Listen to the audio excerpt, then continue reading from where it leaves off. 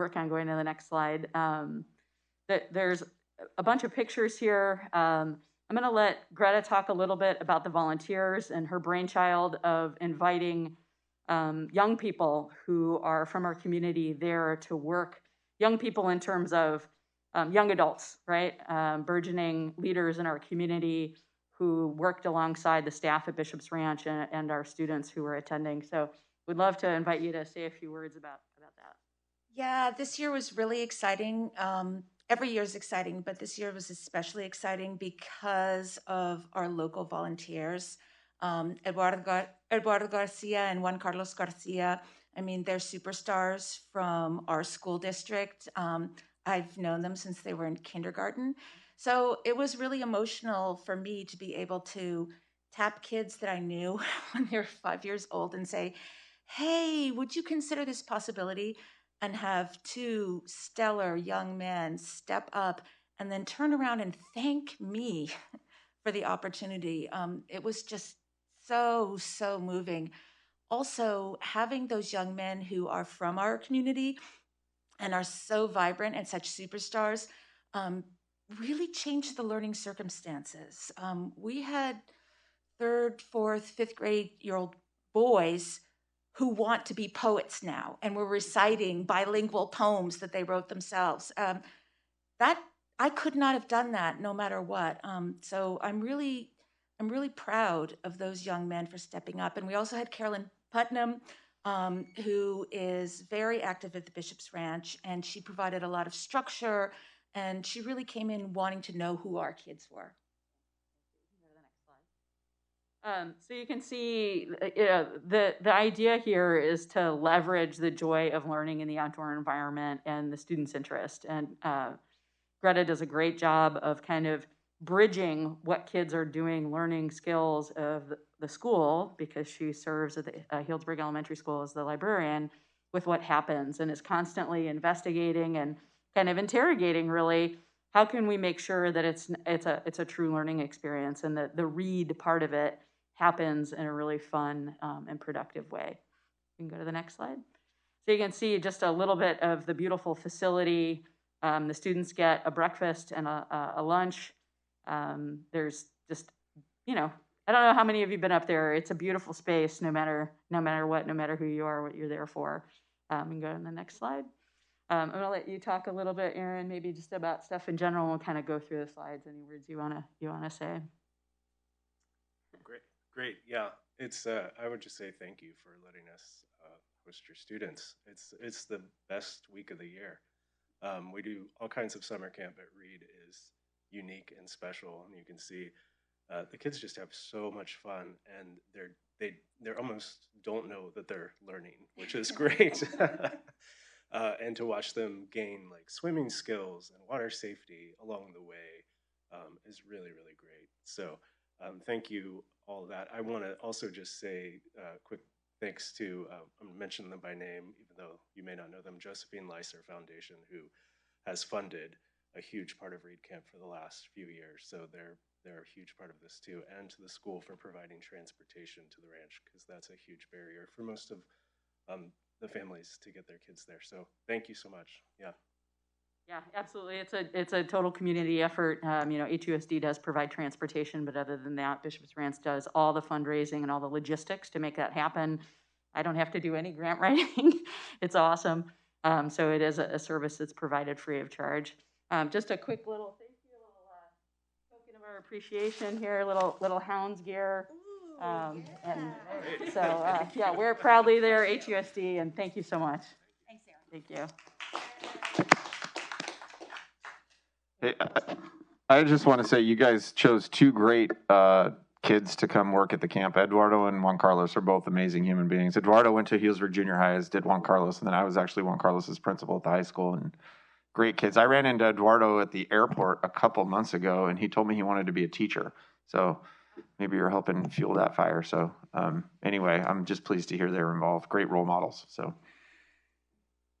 Yeah, thank you. I'm actually really biased. I love Greta and all the work that she does. And, I follow her on social media and I read her, I watch her read alouds on YouTube too. Thank you, Greta, for everything that you do. And Actually, Juan Carlos graduated with me too. Eduardo is a great friend of mine too. So I think it's really touching to see people that look like you in educational spaces. So thank you for encouraging our community to volunteer and our young community to volunteer and be leaders in our communities. Thank you so much. Yeah. Anyone else? Okay. Do we have any public comments on non-agenda items? All right, seeing none, we'll move on. Approval of consent agenda. I'll read this. The purpose of the consent agenda is to expedite governing board action on all consent agenda items which do not typically require discussion. Do we need to pull any of these items? No. Seeing none, I'll entertain a motion. I'll motion. I'll second. Questions, comments? Call for the vote. All in favor? Aye. Opposed? There is none. It passes. Public comments on agenda items. I will read this. Members of the public have the right to address the governing board on any item or items of interest, providing it relates to the subject matter jurisdiction of the board. Your request to address the board will be heard at the time the item is being discussed. In accordance with board policy 9323, individual speakers will be allowed a total of 3 minutes to address the board for a maximum of 20 minutes on each subject matter. With board consent, the president may increase or decrease the time allowed for public presentation, depending on the topic and the number of persons wishing to be heard. The president may take a poll of speakers for or against a particular issue and may ask that additional persons speak only if they have something new to add. Something new to add. Okay. So moving on, 11.1, student learning, equity, and school culture. Let's hear about transitional kindergarten. Principal Franey and Director Fender. Yeah, I'm going to let Principal Franey take it. He knows more about this than I do for sure. Excellent. And runs the everyday show. So thank you, Principal Franey. Thank you, guys. Hello, good evening. So I'm here to talk to you about our transitional kindergarten program. I will say that if you're ever having a bad day, this is the spot to cheer you up. And with that being said, we're going to go ahead and jump into it. So transitional kindergarten, our program, just a quick overview, it was established in 2011 in Healdsburg. It was initially called Kinder Prep. Play-based approach to learning, which helps with just self-confidence. It supports social emotional aspects of child development. And that's pretty much the approach that we're taking in the classroom. Miss Marcela Hernandez and her aide Maria Licea do an awesome job of fostering learning through a play-based approach, small group instruction, and much like Read Camp, oftentimes the students don't even know that they're learning. They're just having a great time. Maria Licea is our full-time bilingual paraprofessional. Right now, currently, based on temporarily, she's supporting another classroom, and that's just based on positions needed to be filled, and then the overall size of the classroom that we'll get into in a little bit. The great thing about TK is that they have such a collaborative team in Kinder as well, and so we're not thinking just about the TK year, we're thinking about what it needs to be so that they're truly prepped to have that transition into Kinder be successful. The past 5 years, we've been looking just overall enrollment has been 15 to 22 students. And then our current enrollment, it says 8 up here, but we've had a couple trickle in, so we're at about 10. Things that we're doing, because 8, 10 is such a small number, we're constantly working with Portason Healdsburg, and then our Fitch Mountain Preschool, the MBCC program, to consistently recruit. We also reach out to almost every preschool in Healdsburg prior to the school starting, and a couple of realities as to why that number is the way it is. TK, some parents are maybe just choosing not to, right? This year, with everything going on, maybe they're just choosing to keep them home for one more year. A couple of things too, the reality of it is that most of our preschools are, there's some sort of tuition to that. And so that is gonna, kind of keep the lights on and keep the water running at their school sites. So that might not necessarily be something that behooves, them sending their kids to our TK. And we're constantly trying to reach out and make sure. I mean, I'm not exactly sure as to why our number is that way this year. However, we are actively recruiting and trying to get kids to make sure that that number goes up. I would expect that after this year, when things start to get somewhat more back to normal, I don't know if that's something that is worth anything right now, because we think it's going to get normal and it doesn't. But I'm assuming that that number is going to be going up in the coming months, if not year. Next slide. Here's our staff. Marcela Hernandez, longtime first grade teacher. She actually approached me about going to TK, and as you'll see in the pictures following, she was excited about it, and she took it and she ran with it. She saw the need as one of our last TK teacher transitioned to out of state. She definitely saw it. She was interested in it, and it definitely shows up in her work. And then Maria Licea, I believe she's been supporting TK for about 10 years now. But for the time being, she's supporting another classroom until we can make sure that we get the positions filled so that she can move back into the TK program. Next slide. Here's a day in the life. It's a full day. We expect our TKs to be at school all day, and a lot of that time is both academic and fun. This here is pretty much getting them ready for a full day of kindergarten and beyond. So there's a lot going on in that day. A lot of it is academic mixed in with the play piece, getting to know each other, the social emotional piece, and I think the pictures that follow are going to kind of help us unpack that. I got a quote from Stephanie Coventry, who's a kindergarten teacher, just about what TK kind of does for the kids that come into kinder.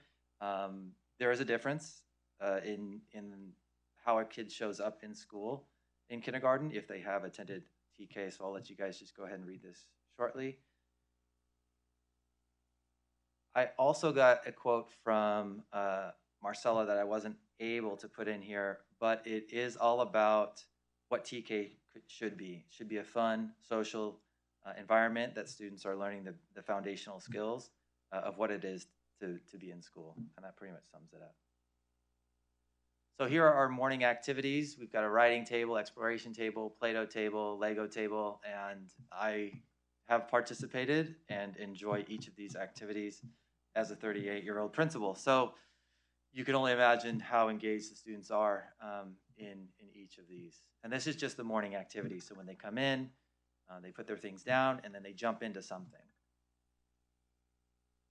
Next slide. Sorry. The morning meeting, greeting dance, they do a calendar as well, and then they go over the mood meter. It's really sweet. Each of them, there's a photo of each of them and it's a magnetic board. And each color, the mood meter is part of the ruler social emotional curriculum that we're rolling out this year. And each color means something. Red, obviously, is probably angry. Green, blue, calm. Yellow, excited, ready to go. And they are able to plot themselves, their magnetic picture on there, and then they tell why they're there.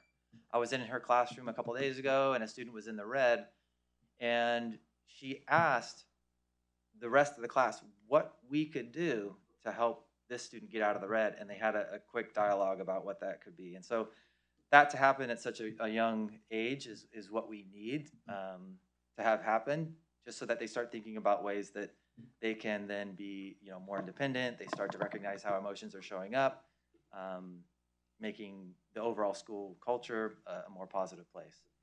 And then she utilizes the students as helpers. So they know the routine, they get the little pointy finger, and they walk us through what the days of the week are, the months, calendar, and that kind of thing. Math centers are done in, and as you can kind of see, a lot of this is centers based, right? So the day just kind of flows through. They do interactive math. There's a teacher-led table, independent table, and of course they've, the more that we can get students using a manipulative of some sort is always something that we strive for, so that it definitely solidifies their learning through both kinesthetic and visual. Language arts centers, a lot of the same thing. There's usually a focus letter for the week, and then they do things that kind of build upon what that looks like. They were doing, I think they went to the apple orchard, was it? You're out? Yeah. And so you can see them painting apples, how many, or letters are in your name. That would be Greta's apple orchard. Greta's, right? Yeah. Sorry. I think it's Happy Apples Orchard. Yeah, that's right. Happy Apples, yeah. And then you can see Maria there helping them out. I believe every Friday afternoon, or they roll and make their own tortillas as like a snack, and so it's something that they really love to do. Project-based learning definitely shows itself here, as throughout all of our elementaries, all the way up to 5th grade. The really great thing that Marcella has done is she's taken, because she doesn't want them to have, repeat of their PBL projects in kindergarten. So she has collaborated with our kinder team and kind of tweaked what she is doing to make it a little bit more broad. Whereas the kindergarten PBL is my community, and this is more my world. So even I think today they had a police officer visit for kindergarten, but she's thinking a little bit larger scale, but it's connected. So imaginative play, as you can see, very cute. This is their time to interact with each other, to play and share and solve problems if a dispute arises, and really kind of just become a little bit more confident in themselves, being able to express who they are as individuals, because right now they're 4 and 5 years old, 4 going on 5, and personalities are very real and showing themselves right now. So it's kind of nice that they get an opportunity to express them in a way that's not pencil and paper and severely academic. And that's TK in a nutshell. If there are any questions that come up, please let me know. Go ahead. Microphone. Is there any after school services or watching? And I'm wondering if that might be one of the reasons why the enrollment's a little low, is because it isn't a full day. That's a great point, Donna. And that's one point that I didn't make, and that is probably one of the pieces of parents not choosing to send their kids to TK. Yeah, we do have a handful of students who would be eligible from MBCC whose parents chose to stay because there's early morning and extended care at MBCC. Right. So. Yeah. I was just going to say, too, there is after-school care, Donna.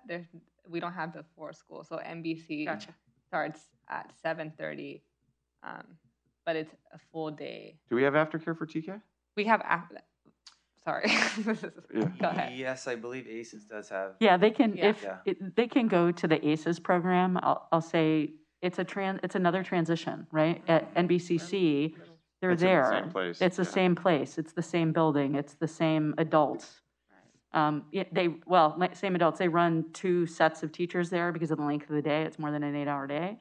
Whereas, our TK teacher finishes her contractual day, so there would be a transition to the after-school program. So many parents, even though it's available, it feels uncomfortable for a 4-year-old. Yeah. Probably not designed really for 4-year-olds either. Right. So it seems like if they need that length of day, they take us up on our free preschool opportunity or low-cost free preschool, or they pick their child up and bring them home. Okay. Yeah. There's been a couple over the years that are mature enough, and you have it's a long day, different adults. Attending the after school. So there's 2 students, and they love it. Like, I've talked to the parents, I've talked to the students, and they love TK, and they love the after school program too.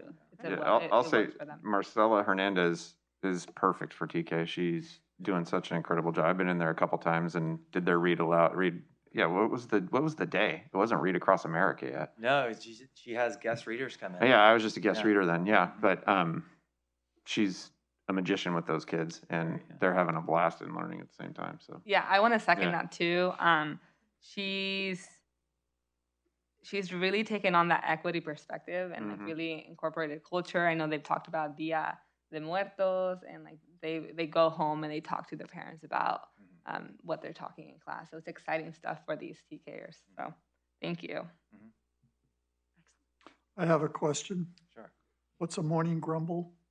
Oh, how do you not? Well, the grumble know? part is what happens when you're hungry, right? Your stomach starts to grumble. It's just a time. It's a cute way of saying snack time. Okay, thank you. I thought that, but I wasn't sure.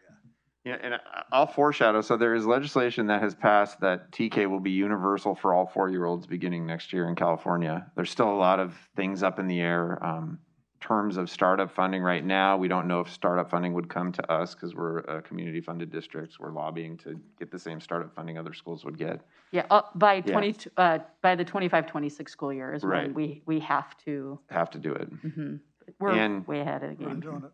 Yeah, and then right now we start with because it's a weird system, right? I mean, originally it wasn't conceived of as a permanent solution. It was because they changed the age for kindergarten. Right. And so right now it's only half of 4-year-olds because it's a December cutoff, and so they've decided it'll be all 4-year-olds. So there's the potential for expansion. We just don't know. It's a hard number for us to quantify because we don't know how many 4-year-olds are out there. So there's a lot to do, and then the irony in all of it is there still doesn't exist state standards for TK, right? So they're going to make an extra grade level at the state level and not tell you how to teach it. So it's an interesting political football, but suffice it to say, we are doing a good job with it right now, and we're excited to be able to expand, and we'll find ways to do it well. So, yeah. I have a couple of questions, Jeff. Sure. My first one is, is there any flexibility in the birth dates? Like if there's a student that has a late summer birthday or a summer birthday and the teachers consider that it's a better option for them to be in TK, is that something that there's any flexibility on? So we did talk about expanding the date for TK eligibility.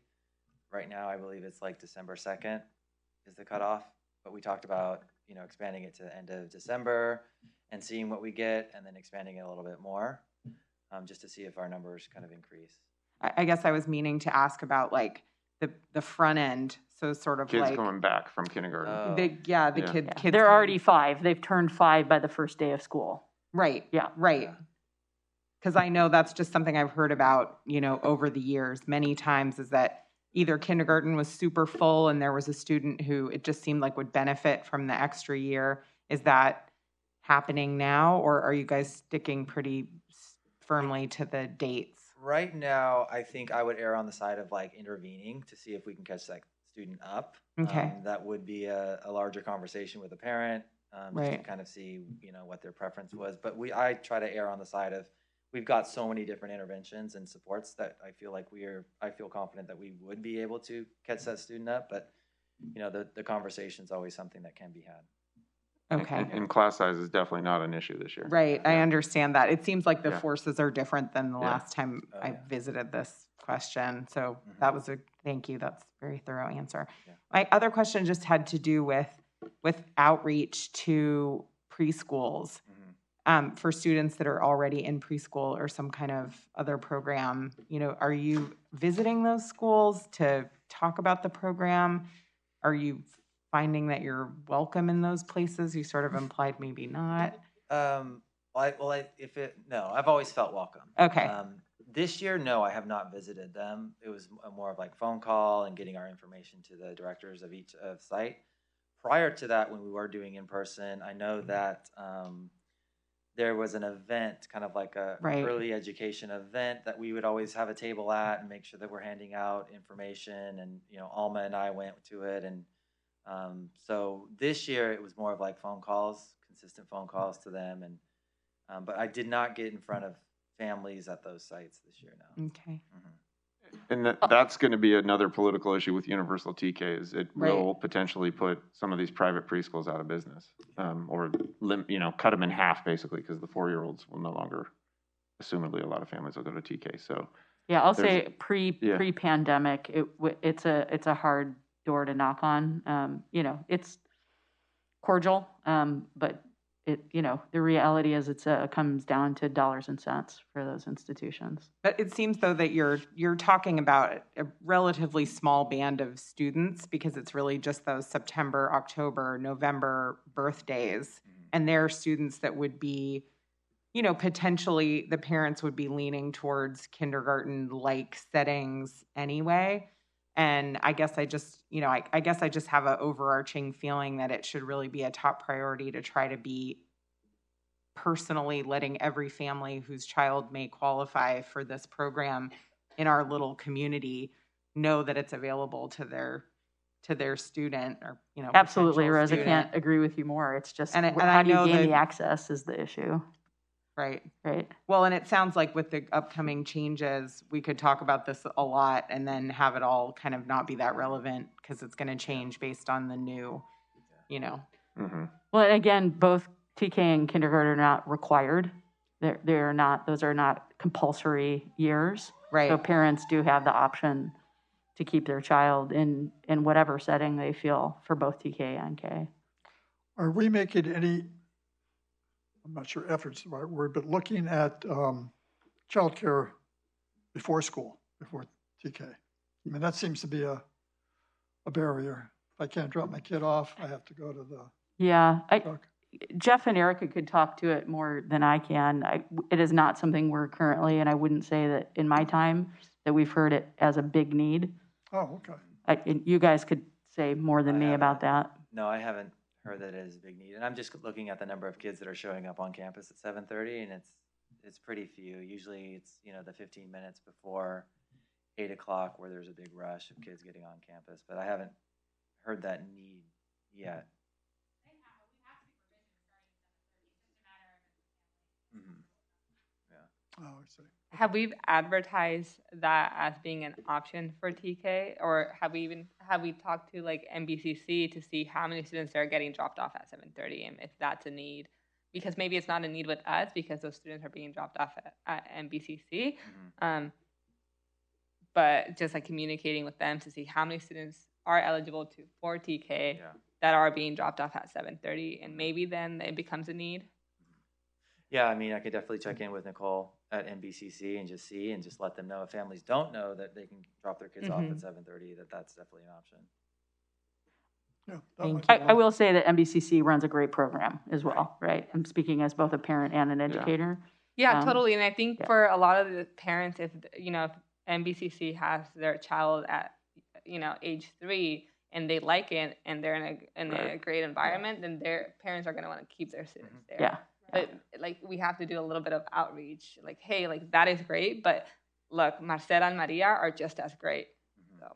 Yeah, it's weird because we're competing with ourselves. Right. Yeah. Right. So, But I think, having just had my own 3 children relatively recently come through this age group and all the families that we knew that were making decisions about their children's education at that time, that, that TK is a program that just, like, I can think of 20 students offhand who've been in that program who just loved it so much. Their families loved it so much. The environment in the classroom was wonderful. And there are many students that are really ready, or this is just my experience, for that kind of true school experience. And we didn't see in these pictures, but they're on the playground with the kindergartners. They're making transitions that are very similar to older kids.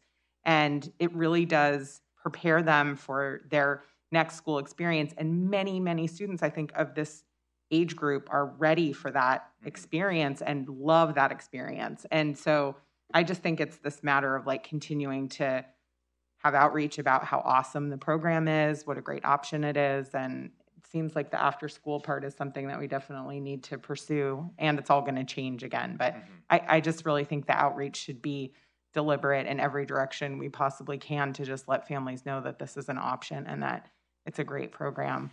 And I'll just take my little moment to say that I think Marcela Hernandez is just one of the all-time greatest teachers, and I'm sure this classroom is just magic every single day. It definitely is. Thank you. yeah. Thank you, Principal Franny. One more. I mean, even me, who I've not had a kid in kindergarten for a long time, it makes me wonder, do people understand the difference? Do they understand the difference between private preschool program, the NBCC, this TK program, and maybe we need to do a better job at articulating what makes them different and that make the parents' decision making a little easier, right? Instead of like, well, I like this teacher. Well, it's Right.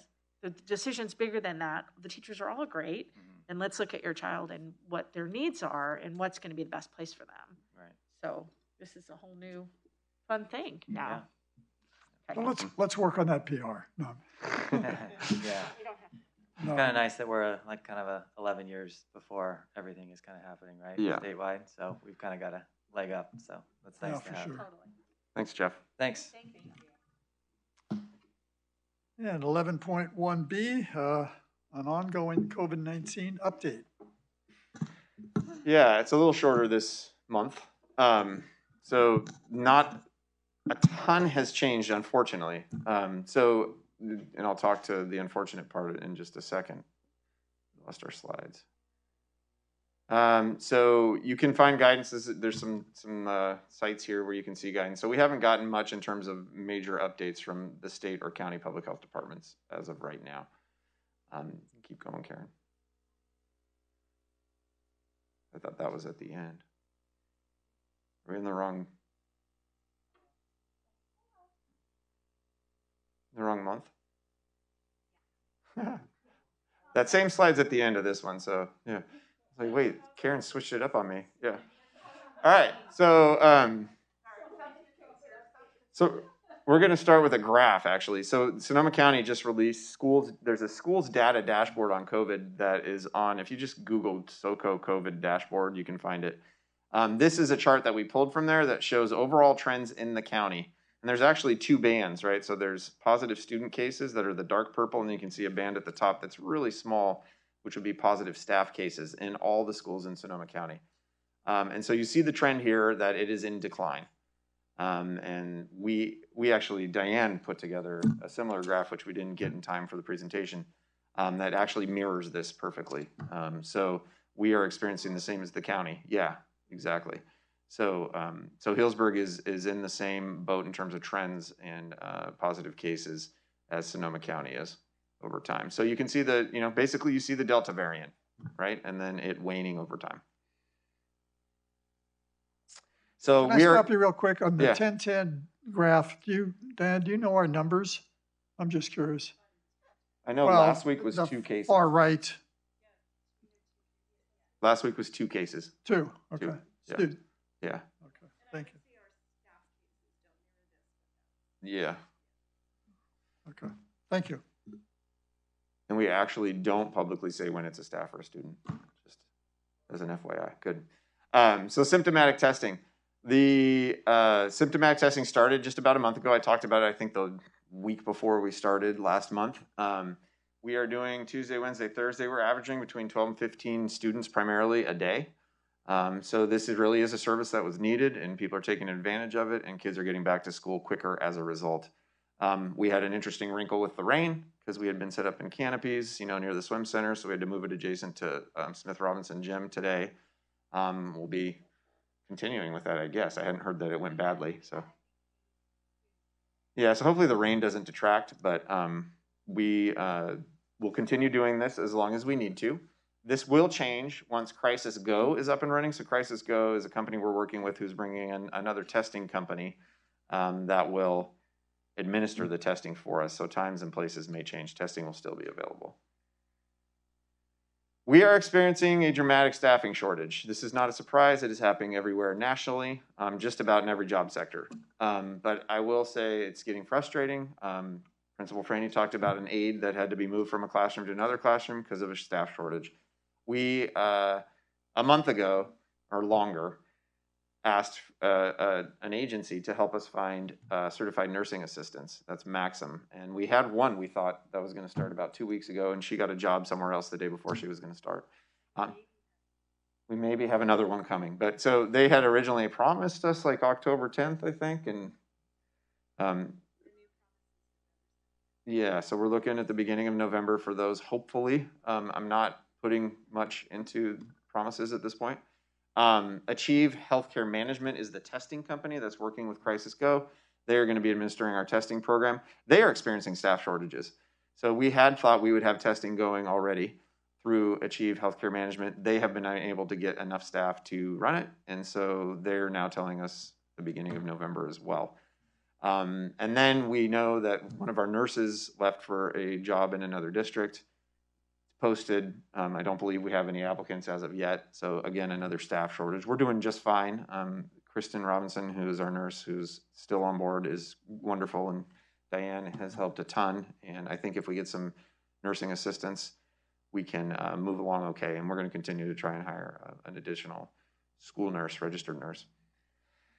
And then, of course, transportation. I'm just going to say that we need bus drivers and subs badly. So that has nothing to do with COVID, although it is pandemic related, I think. So the Maxim healthcare. What was that? What was the role of that? They're basically an employment agency. So they find people in specific job sectors and then on our behalf and then find them. We've reached out to 2 or 3 other agencies, I think, and no better results. So was that looking for a nurse or was that? That's for a CNA. We also asked them to look for an RN too. Okay, gotcha. Yeah. Okay. Crisis Go, Achieve Health Management. So they will be providing surveillance testing like we're already doing for students and staff. We're actually doing symptomatic testing. They're going to be providing surveillance testing in that if a parent would like their student to take a regular weekly test, it'll be available after school. I believe they're all after school at this point on each campus 1 day a week. And then symptomatic students can also go and get tested if or ones who have been exposed, et cetera. So it'll be an agency that comes in with people to run the testing. We just provide the space, which will be very nice. And then we are also working to get some contact tracing support through them as well. We have been onboarded with them, which means we've signed up and they've kind of oriented us. Right now, we're integrating data with Aries. So all of our student data will migrate over so then we can track cases and things like that. Make sure we can note when students have been tested and what the results are. Hoping to start November 1st, but again, they are experiencing shortages in staffing just like everywhere else. And so that number, that date could change. Another question, sorry. Yes. Do we have a structure for how many people we're going to test and when and how often, or is it more on? We're just now onboarded with them, so we're going to push out to families to register. That'll give us more of an idea who's opting into the surveillance testing. We can't we won't mandate surveillance testing. Yeah. So. And then based on how many are registered, we'll come up with a plan. They'll staff appropriately. We have a guess right now, and they have staffing based on that. But so it'll be interesting to see how people respond. And will there and be the new guidance actually from public health is that you don't need to do surveillance testing for vaccinated students. So once students are fully vaccinated, parents can opt in. We'll still test them if they'd like, but it's not something the state's necessarily encouraging. I think because of limited supplies, right? And limited staffing. So. And would there be a cost to families for this or no? No, it'll be I think they will use existing insurance that families have to do some billing, and then the state pays those who don't. So we are on the cusp of Pfizer being approved for pediatric vaccinations. So 5 to 11-year-olds. I actually read today that the FDA is going to be considering it on November 3rd and 4th. I would expect by the 4th or 5th we have a decision. And then once approved, hopefully it is approved, it will be delivered. So give it a week or two to get to places. So we're actually probably looking at mid-November before those start. We have been working, SCO has a new COVID person, was former HUSD Superintendent Jeff Harding last year. He's actually out of the state now. And they have a new retired superintendent from Rincon Valley, Casey D'Angelo, who has taken on vaccination. And he's working right now to deploy doctors to parent group meetings to encourage them to consider the vaccine for their kids. So we had one last week at the junior high ELAC, and then one this week will be it's either this week or next, I don't remember exactly when it is, next week at the elementary ELAC, talking about how the vaccine works, why it will be, when approved, it's safe for kids, and encouraging parents to take advantage. So you can see SCO initially, their rollout for pediatric vaccinations will be to try and do it in some sort of an equitable fashion where students who don't have access get it through them. And then we encourage families with access to healthcare to get it through their provider. And then as things move along and progress, we'll probably open it up to more.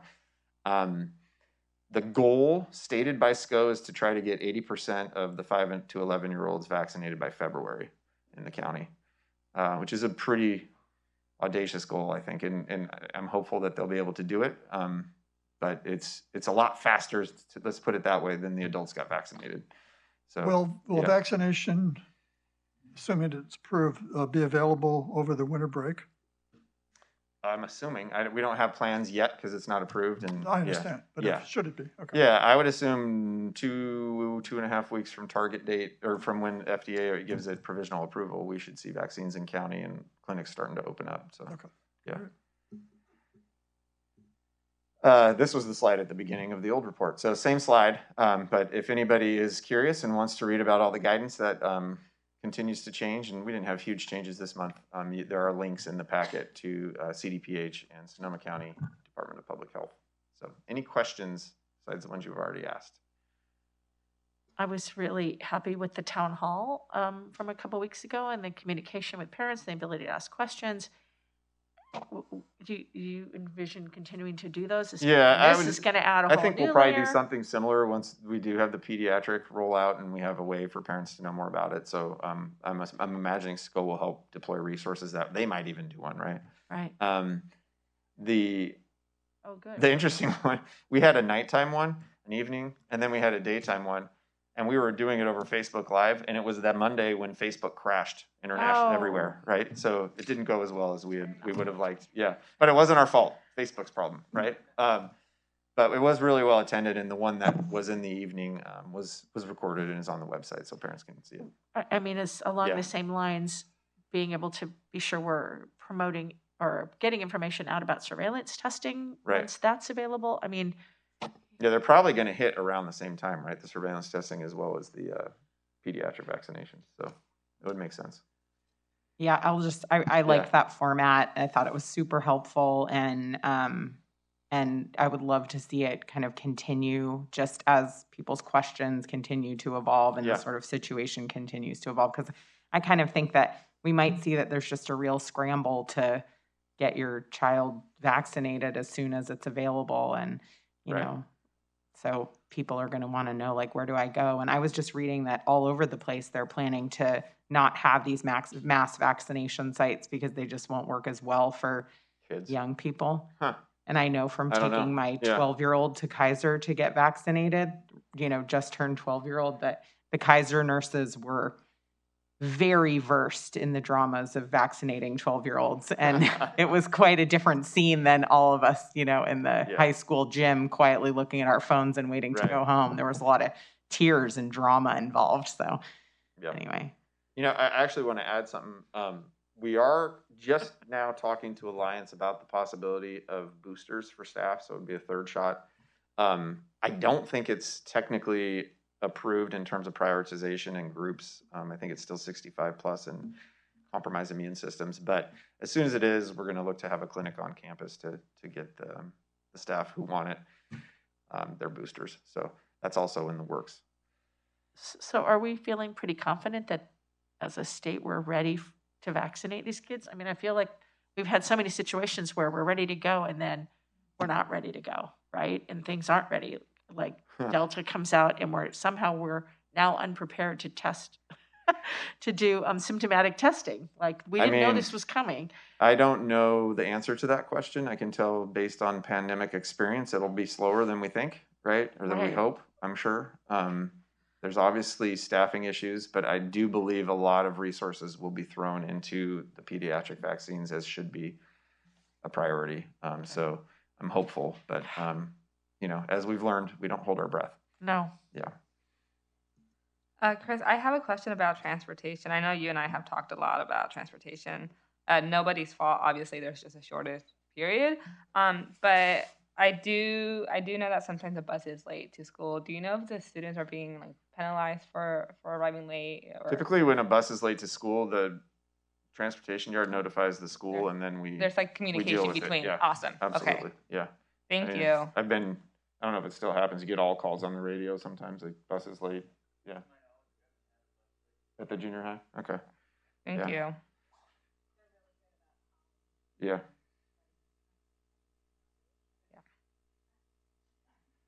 Chris, I just wanted to add that we have taken advantage of the district's COVID testing and the convenience of it, and the sort of like ease of all of it is just so appreciated and makes such a big difference when, every illness is many days of absence, and Yeah. just having it so accessible, and everyone there is really helpful. It's been super smooth the times that we've been, and I just really, really appreciate it. Yeah, and there's a nasty flu bug going around, right? It's not COVID, but so for peace of mind, and we're entering flu season, so it's definitely going to be a necessity. It's just, So, it's yeah. game-changing convenient for parents, because before the district had testing, I had to drive to Petaluma and wait 4 days to get a test for one of my kids who just had a cold.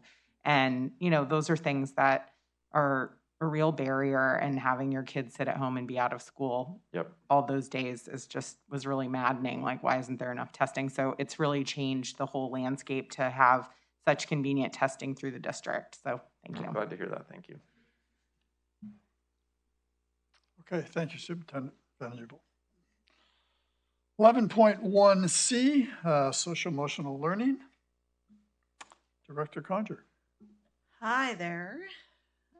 So tonight what I'm going to do is just sort of update us as it relates to our June meeting, and kind of tell you where we're at, refresh our memories a little bit from June, and then kind of forecast what I'm going to bring to you in the November board meeting.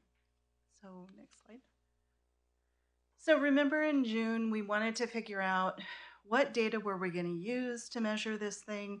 We talked a lot about how there aren't a lot of models. We're kind of creating this as we go. We're kind of, a little bit on the frontier of trying to create sort of an SEL report card. So we wanted to focus on the outcome results. What do we want to see our kids being able to do? I mean, clearly we want to see them thriving, but how are we going to measure that? So doing a little action planning, how to incorporate more student voice, and then creating like an actual report, something that we regularly update as we gather data points, and make it more public, have the better ability to share it sort of with the community, with staff, and with students. Next slide. So just reminding us that we decided to frame it all around the Castle 5. So the Castle 5, again, incorporates those 5 core areas of competence: the self-awareness, self-management, responsible decision-making, relationship skills, and social awareness. So with those things in mind, that kind of provided the foundation for how we were going to use social emotional learning, as well as the screeners, which I'm going to talk about next. Okay, so we decided we were going to use different sources at, depending on the level of the school. So at elementary, we use CellWeb, which is our screener. We use Youth Truth Survey. Those are our primary sources. And then anecdotally, we always want to look at attendance and discipline, because those are markers of a good school climate. In secondary schools, so junior high and high school, we look at co-vitality, again, and Youth Truth surveys, and then again, attendance and discipline. So then I wanted to bring us up to speed with what we've done. Almost every student, there were some, we didn't get 100%, but I think we're at about 92% or so of our students has taken an SEL screener. And I think that is amazing. So we have individual score reports for each student. The Youth Truth Survey is currently underway. Just as a reminder, the littles don't take that survey. So I won't have K2 data. Parents usually take that, and they'll take that in January. But as far as 3-12, they're taking that right now. And then cost teams there have been cost teams at elementary, but cost teams were formed at the junior high and high school, and that's a coordinated services team. So what they do is they take individual students and they sort of case manage and plan for each one of those cases. We created an SEL report card, which I'm going to show you a little bit later. We have counseling services underway. So not only our regular counseling services, but our 2 new mental health professionals are seeing students. And we did quite a comprehensive alignment of the screeners to the CASEL framework and the screeners to the SEL curriculum. So that was quite a lift, so we know what is measuring what particular competency area. And then teacher, I've never seen this before in such a comprehensive way in my years here, but everybody's getting SEL now. Everybody K-12. So at the elementaries, it's ruler and probably still a little bit of toolbox thrown in there. And then at the junior high and the high school, it's Y-try. And you saw Ruler's mood meter with the TK, Yeah. right? Yeah. In fact, that's probably something we could have adults use these days. Yeah. Too. So yeah, maybe I had the a conversation kindergarten- about how not to be angry. Yeah. Yeah. I had a kindergarten student tell me on Monday that she was in the yellow because it was a little loud for her. I loved hearing it. Of course, that was me teaching kindergarten. They were yellow. Yeah. So in any case, moving on to the next slide. So it's probably no surprise what we want to see is students building abilities in the core competency areas. So we measure their strengths so we can optimize those, but then we also measure where they are lacking abilities and where they report their lacking abilities. So we want to see their strengths improve and their deficit areas, diminish. So then we want to see not additional counseling support, but more, I should have phrased that differently, more strategic counseling support. So making sure that the appropriate person is seeing the student based on their level of need. And then, Donna, I took this from you. You want to see kids enjoying coming to school. So we pulled out some actual questions from Youth Truth that ask that very thing. Do you like coming to school? We want to see that go up. And then we wanted to be a little more public about our work. So just transparent about where our deficit areas and where we are shining. So, and then what we're working on before I give you the big, here's our report card kind of thing, is, in all honesty, we have some work to do with creating opportunities for real, authentic student voice. And not just the cursory, surveys. Surveys are helpful for us to gain information, but one of our goals is to have students interact with the information that we get. So we make sure that we are actually hearing what they're saying, I want to make sure that if you're seeing this way as reported on Youth Truth, or you're seeing it this way as reported on Co-Vitality, is this true? And then what can we do about it? The referral process is a little cumbersome using Google Sheets, and we're kind of like creating this, from the ground floor up. So we'd like to see just a more streamlined process for the referral, and then the action steps and who's doing what, and we're working on that right now. And then so far we've only got a couple of groups off the ground. I'd like to see more groups that are focused on those sort of core deficit areas like anxiety or executive functioning, how to plan their day.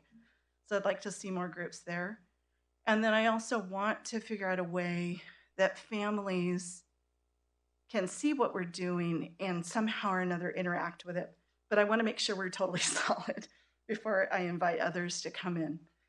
And then finally, by the end of the year, I would really like to see, and I'm hoping that we'll get there, is a way for families to refer themselves. Right now, it's all internal, and while they certainly could go through a counselor, they certainly could go through an administrator, I would like to see a more direct process for families to get the help that they need, if it's, can we help you with housing? Can we help you with food?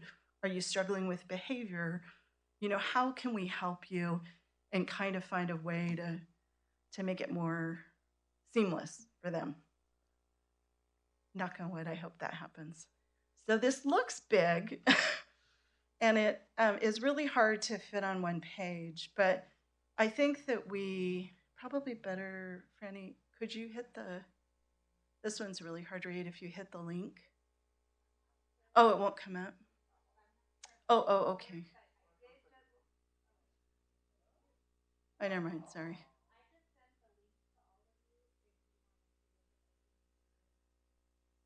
Oh, I hoped it would. Well, maybe you can.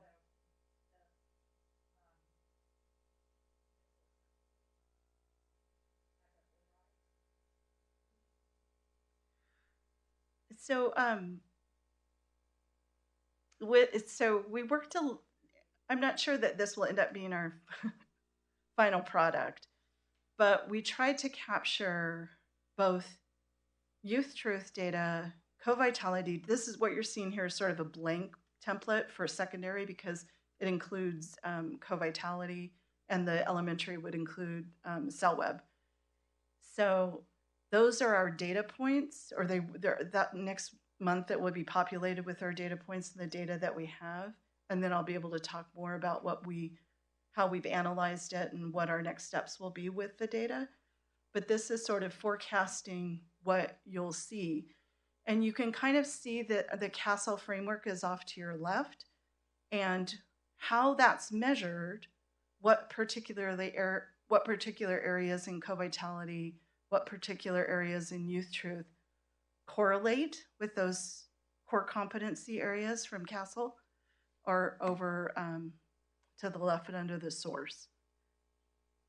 And then we plan on bringing to you the highest rated questions and the lowest rated questions, and then doing some analysis around how that maps to also what we're seeing in terms of the CASEL 5, in terms of what the reports are from co-vitality or cell web, depending on the source. So go ahead.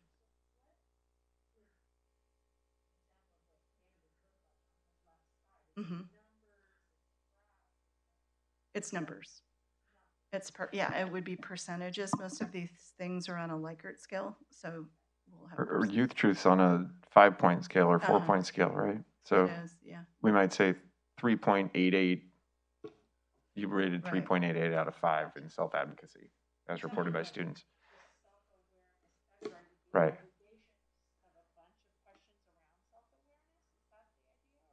So self-awareness there is two areas from co-vitality and 1 area from youth truth. And so we'll have 3 different data points for self-awareness. Well, but I mean, there's self-awareness and there's, okay, let's say self-efficacy. The data point underneath is going to be an aggregate of survey questions around self-efficacy out of co-vitality? Yes, that's right, yeah. From a bank. Yeah. Yes. Yeah. Just like with youth truth, those are the main areas, for instance, but underneath there are 5, 6, 7, 10, sometimes 10 questions, depending upon if it's engagement, that's a big one. There are like 10 questions in there. But down, we specifically dug out that one question that you had said, and it's under social awareness. I feel like I'm a part of my school's community. That was important to us. And then we dug out that one question about I enjoy coming to school. I don't remember where that one landed. Yeah, okay. That will be down there too. I feel safe at my school. Those are key areas that we wanted to broadcast.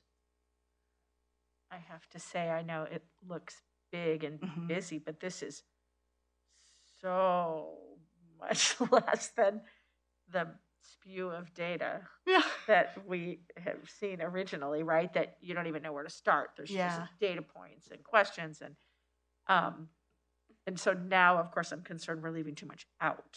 Like it went from the world to like. But if you consider like a lot of it is aggregate question banks. Yeah, right? that's why I was asking that for sure. You can. So with so much of this, you can drill down, as I mentioned in our June board meeting, You can drill down to subgroups. You can Right. base it on Right. You And can we're pull out definitely gonna need gender. to. You know, you can.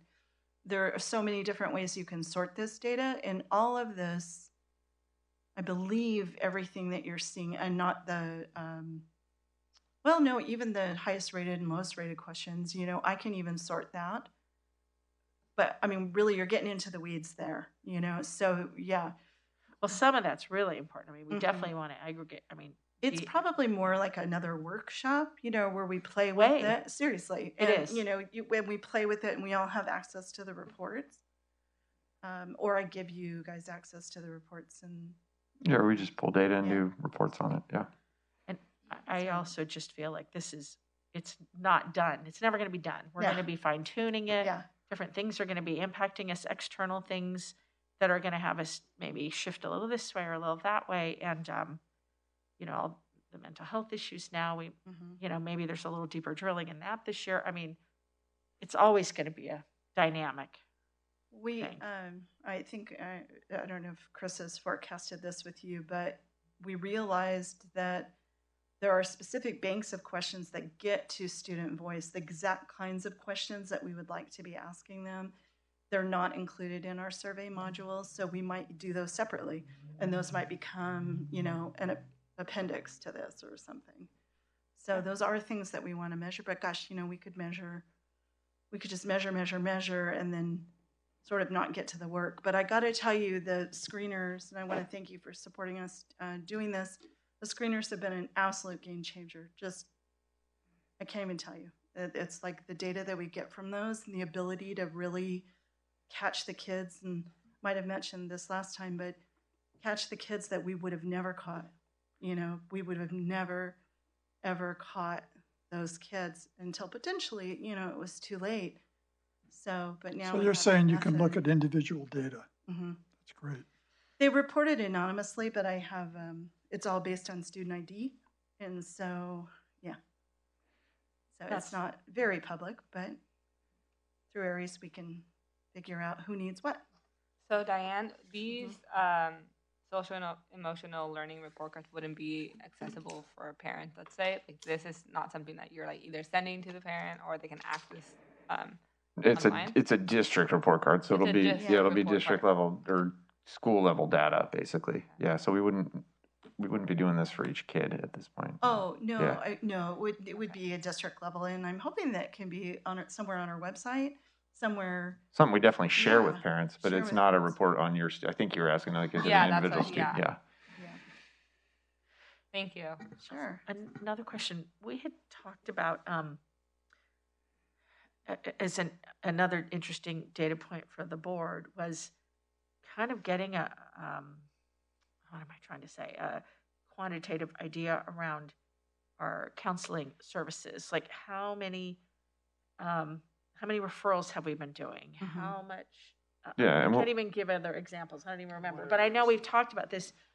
Sometimes it just feels like, you know, we don't really know what's happening, and it'd be nice to get some kind of a quarterly summary or something around how are our counseling teams, what are they focused on, what are they working on, and is that in itself something that we need to be analyzing and measuring and Oh, I looking at? definitely, yeah, no, I definitely think that, so the marching papers for the teams, for instance, at the high school, is I know that we have 37 students are high risk. If you look under overall and you look at co-vitality risk groups, I know that I have 37 students at the high school right now who have reported high risk. I want all of those 37 students to have an adult intervention this month. You know, like there's no waiting. So I know for sure that they are on our top list of students to, and some of them we're already seeing. So some of them weren't a surprise, but frankly, some of them were. So I want to make sure either the two counselors are touching base with them or our mental health professional is touching base with them. Somebody is touching base with them by the end of the month.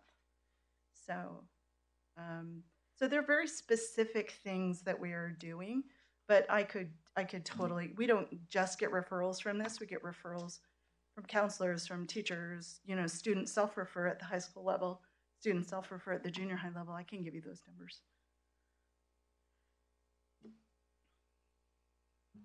I think to Trustee Del Rey's point, the more we know, at least for me anyway, if I don't speak for all of us, the better, just so we can see the even granular detail if we choose to, but it's nice to know, to Trustee Del Rey's point, what the counseling services are, what they're focusing on, how many students, what are the areas, et cetera, et cetera.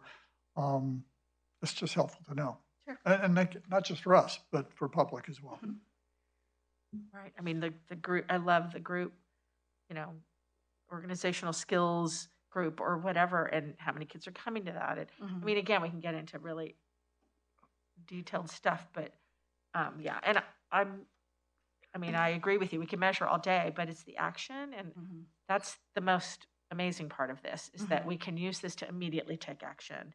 And thank you for getting that in place. And your comment about getting these processes in place and how do we track and make sure this is referred and what's the next step, that's really, that's going to really tie it all up and make it even more powerful. So thank you. Yeah, my pleasure. It's the good work for sure.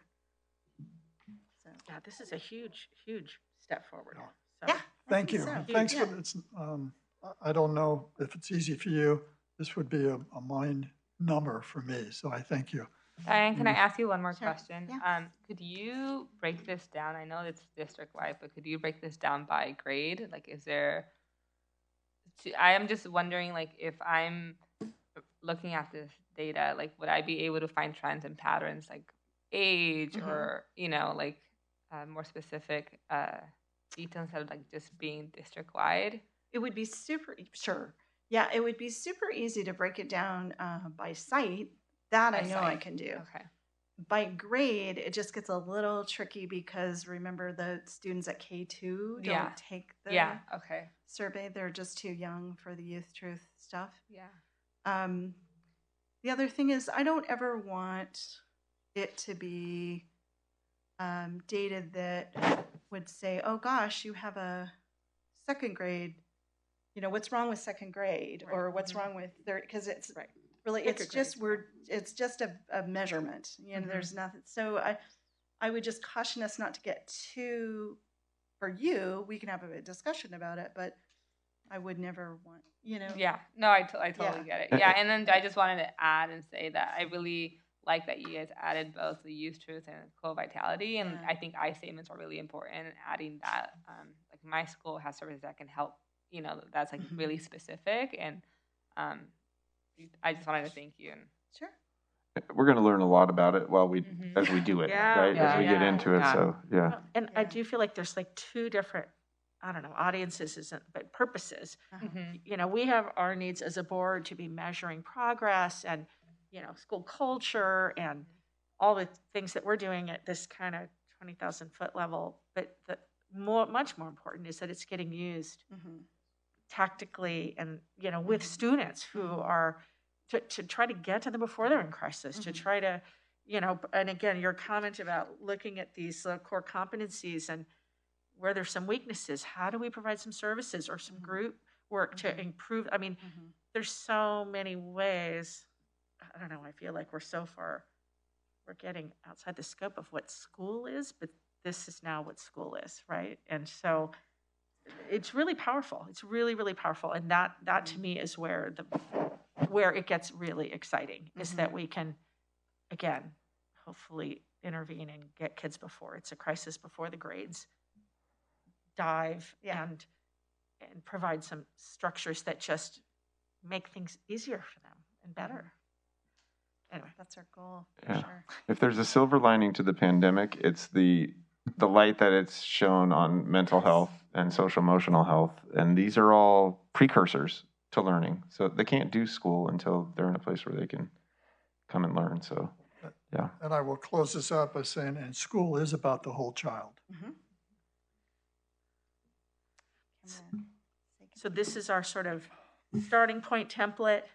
Yeah, next time in November, you'll see those columns populated, and hopefully some analysis I'll also bring to you. I was already planning, but I'll make sure it's part of it for sure. the number of students that are being seen, and the different kinds of groups that are either being formed or have already started. At the elementary, sometimes we run into, it requires parent permission and things like that. So Yeah. that always takes a little bit of time. Thank you. Sure. Thank you, Diane. Thank you. I'm looking forward to seeing the populated version no and kidding.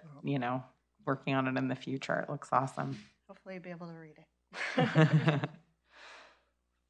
Okay, moving on. Title I program, Director Fender, please. All right, this is an annual report. We do this this time every year. It's part of meeting our obligations to receive federal funds. You can go to the next slide. So Title I is a program that's been around a long time. You hear about it in the news. It is federal dollars that is specifically to be spent to support students who have socioeconomically disadvantaged situations in their lives. The bottom bullet there is important for us. Funds can be used as part of school-wide programs when 40% of the students from the school are in low income. So you don't have to use it for a particular student when 40% or more. You can use it in school-wide programs. So we use Title I funds at both Healdsburg Elementary, meaning broadly both, K through 5, TK through 5, not campuses, and then Marcy Becerra Academy. You can go to the next slide. Erin, can I ask, does that mean we don't have 40% or higher at the junior high or the high school? No, not necessarily. So we're, next slide here. But we just don't apply it there. Yeah, so what we do, and I have in the what do you call it, cover sheet in the equity and culture, try to get to that and make a little statement about using it for early intervention. We get a very small piece of pie. This year it's going to be about $100,000. We thought it might be around $200,000, and I'll get to that, but when you have $100,000 total to spend, you want to be very strategic about where you spend it. So we spend it, the vast majority, on early intervention in the elementary, and then the other piece at Marcy Becerra Academy. And partly why we use it at Marcy Becerra is that the reverse of that legislation came into play, I think it was 2, maybe 3 years ago, that if any of your schools have an 80% or more, you have to use it at that school. So Marcy Becerra, in the past, had not received Title I funds before this new legislation triggered that 80% threshold. So, yeah. But it's been about early intervention in our district, and then the law changed, and so we use a portion at Marcy. So you can see there by, we lump TK through 5 together. You can see some changes. You'll notice we're reflecting on last year, so 2021.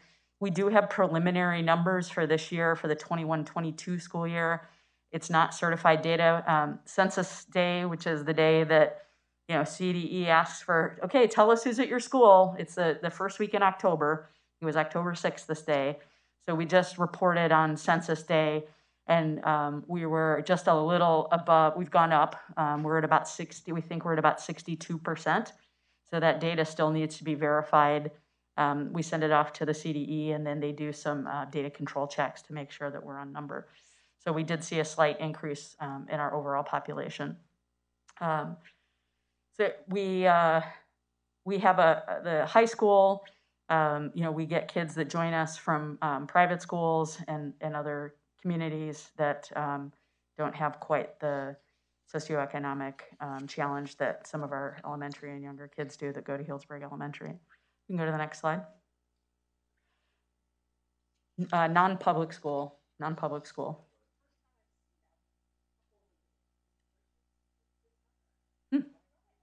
Yeah. So, people always ask, like, how do you know? And so here's the laundry list. Things have changed a little bit because it always, up until 2 years ago, it was pretty much everybody talked about percent eligible for free and reduced price lunch. Well, we now have funds that are allowing free lunch to everybody. So there's not the kind of importance for families to fill out the paperwork. I will say we finally got smart this year. So last year we didn't do as good of a job, but this year as part of the enrollment paperwork, parents had to click a button certifying their income. So they tell us, we don't collect tax forms or anything like that. So we do get some feel of what their income level is through the registration process. And then there's a number of other ways. Foster youth is neither student's parents received a high school diploma, so that's also part of the registration documents. So people often ask, well, what are the indicators of socioeconomically disadvantaged? So I think it's worth talking about. Next slide. Something that comes up every now and then, people are saying, don't you have to spend some of it on parent involvement in activities? And yes, that's true if you receive over $500,000, which we don't. So just making sure kind of we understand where we have to do different things. I have to send a letter off in the spring of each year during the budget cycle to all of the nonprofit private schools, offering them an opportunity to play with us in the federal fund dollars. So that's Rio Lindo Academy, the Healdsburg School, and St. John's. I'll get a letter from me every spring saying, do you want to play? If so, let me know so we can meet. None of those schools take us up on Title I, mostly because they don't have enough kids to make it worth their time. St. John's, as I said, does participate in Title II, and that's professional development funds, and they have for a long time. So they get a piece of that pie. Next slide. So, here's the data that we look at and include in some of the Title I reporting. You guys see this on LCAP. So the STAR, literacy and math. We started just this year using a new product called STAR CBM. It's very similar to Dibbles. Those of you who know Dibbles is a early kind of phonics language assessment. Everything from the little kids to letter naming, sound recognition, to reading comprehension as they get older. STAR came out with a product that's going to challenge Dibbles in that it's integrated. So now teachers can see the STAR score, which is the adaptive assessment that takes 20 to 40 minutes. It's about reading. And then the CBM, which drives down into, it's given individually by teachers. So the kid sits with the teacher and the teacher administers it and marks on the screen kind of what they're hearing and seeing. So as the kids read aloud, the teacher can hear where they're stumbling, where they've needed to correct themselves, where they don't read the word correctly. It's going to be, it's streamlining a little bit. Dibbles can be clunky because of the data collection. So we're excited about that new product. CASP, when we have it, LPAC, benchmark assessments, particularly at the high school, looking at the writing and math assessments, report cards. So it's a whole host of, kind of big picture data that informs where and how we spend the money. So next slide.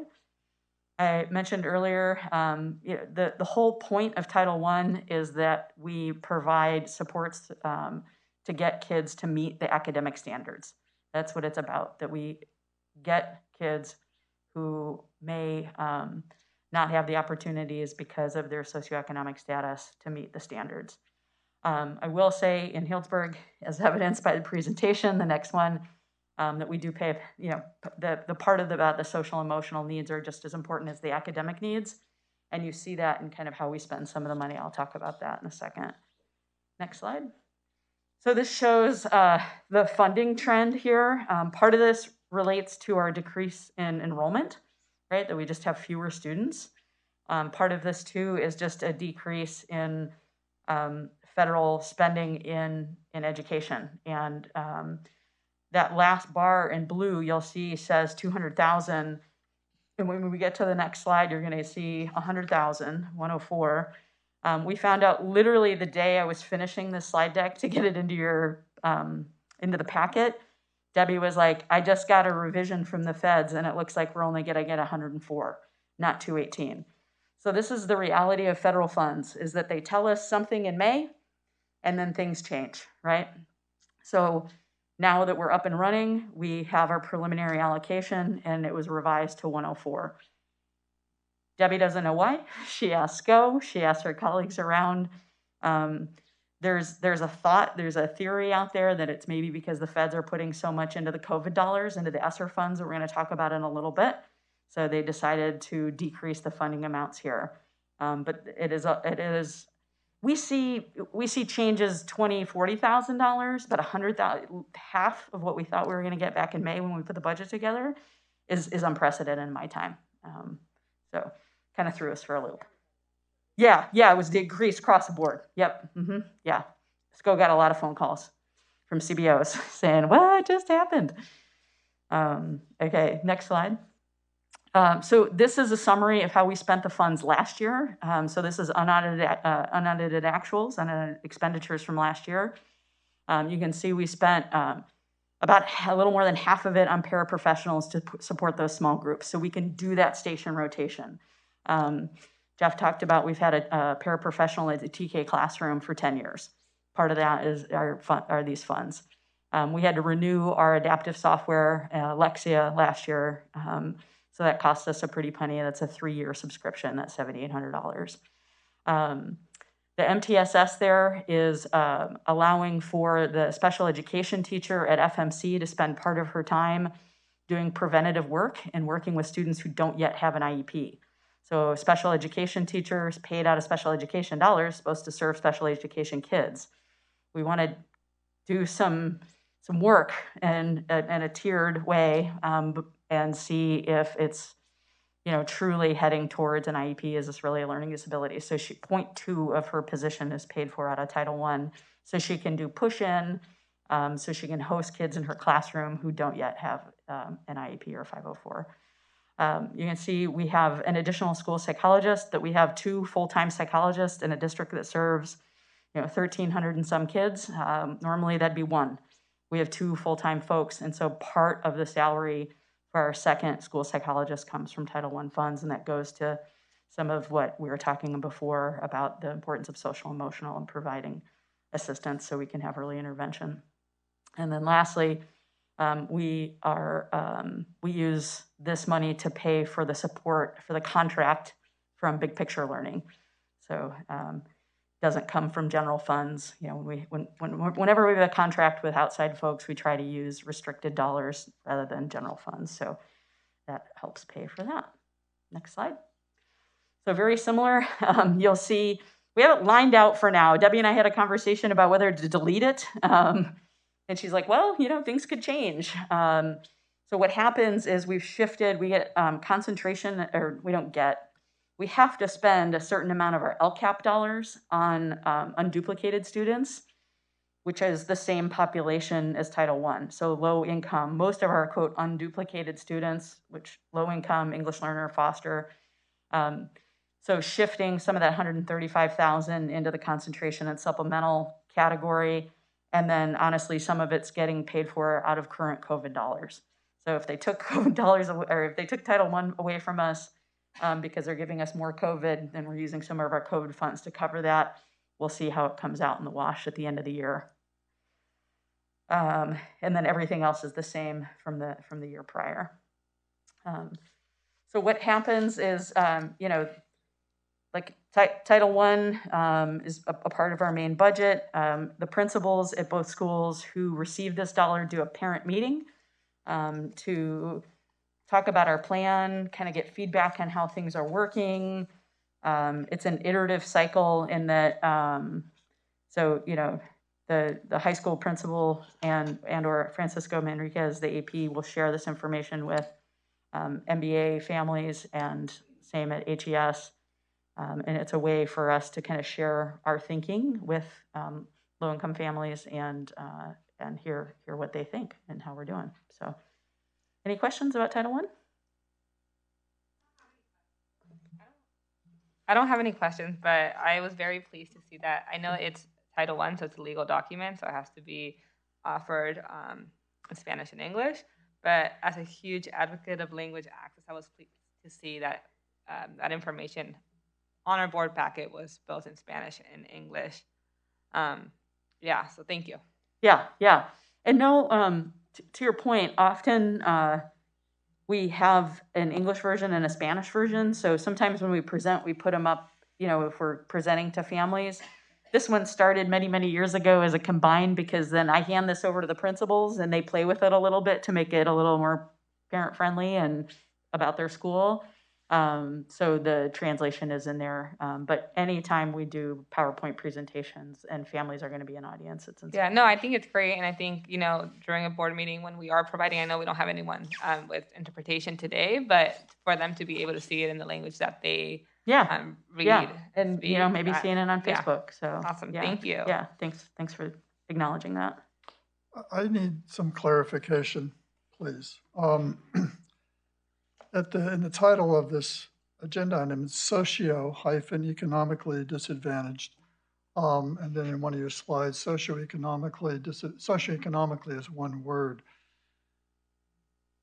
Please tell me that this is about income, not about social. Please Right. Not my term. Yeah. I understand. That's not your term. Yeah. Yes. I'm twitching here. Nothing but income. Okay. Yeah. Yeah, but I think where the STEM word from that, honestly, is about social class. I think that's where socio comes from, is the class system that is still a part of our reality. That there's low class, middle class, high class. I think that's where social. Some people would like that. Yes. Mm-hmm. Right. Yeah, it's a holdover of Yes. some language that we isn't need always. to work on that. Okay, thank you. Yeah. Write your senator. Okay, any other comments or questions on Title I? Okay, we can move to Title III. Yes, please move on. Again, this is an annual report, federal funds.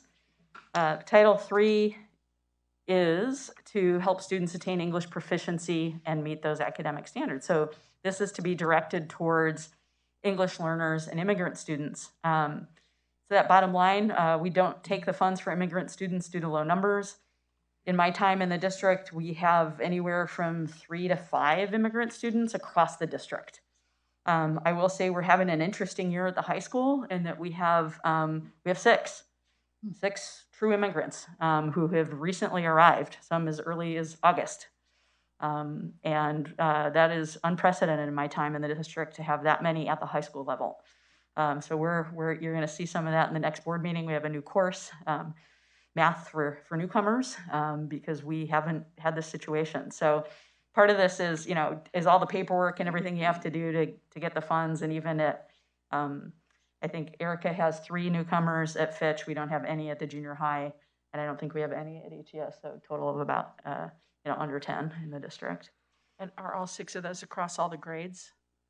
Yeah, they're an interesting group of. That's tough. And all young men. Yeah. Mm-hmm. So we can go to the next slide. So similar to Title I, we used a host of information to think about programs, multiple measures here to assess our, how we're doing to make sure that students are attaining English proficiency and are meeting those academic standards. Go to the next slide. You're going to see a snapshot here of the funding trends. This is purely a per pupil allocation. So you can see as our enrollment has declined, as has the dollars that we receive. The next slide. I think it's just important to understand where we've been. That's kind of a cool chart into numbers and colors. So you can see over the last 20 plus years how our school district has changed in terms of overall population. You can go to the next slide. So one thing that's interesting is, we see back in August of 2013, roughly 1,800 students in the district. And then you can see what percentage of those students are Latinos in the orange, and what number of students are English learners there in the gray. So the number of English learners has not dropped quite as quickly as the overall population, but it has dropped at a commensurate level. So you can see, those lines kind of drift down in together, I guess is the best way to say it. Next slide. Oh, sure. I know you're going to the next one about RFEP, but the gray line is the decrease also because of students that have been reclassified? Or Yeah. So great. Yeah, good. Nice setup for the next slide. Yes, thank you. Yeah. So not only you? is the decrease in the number of English learners, but we about 6-7 years ago started RFEPing kids younger and in higher numbers, and so you can see that decline here. The orange is the number of students who RFEPed in a census year, and so I'm going to talk about that in a second. So census year is from first week of October to first week of October. That's how that's counted. You can see that bubble from, I think it was year 2 of the new English language development program. And then the reason it says TBD there, I know how many kids we've RFEP to date, but they changed when we measure from. So new this year, it's now school year. So generally we RFEP kids in August. So kids take the LPAC in the spring, in April, May. We get their results in late June, early August. We look at the LPAC score, we look at their STAR score, we get parent and teacher input, and we try to RFEP them before the first day of school. It says major implications, particularly for junior high and high school kids, is if we can drop their designated ELD class, they can pick up an elective. So we try, like as soon as those LPAC scores go in, these guys go to work, RFEPing and looking at the data and getting ready to make sure and ducking and weaving in the master schedule to change kids. And so RFEP used to be from October to October. Starting in the 21-22 school year, it's going to be calendar year. So we're being careful right now that we don't duplicate, that I don't double count kids on us, right? Because October to October, and then there's this year, there's going to be this shift where it's going to go from July 1, which is academic year, to June 30, the school year. So we can go to the next slide. So we keep track of, not only total numbers, but what grade band are they in? When do they RFEP? And so you can see we're putting in there, because we use this slide deck year after year, and we just roll one year out and roll the next year in, that the census data is used to report from 2020 to 2021 back. And then you can see by grade band. We haven't disaggregated that the 2021, because we're nervous about double counting, and we're waiting to hear from CBEDS about what are they counting in terms of the kids that we RFEP'd last August compared to this August.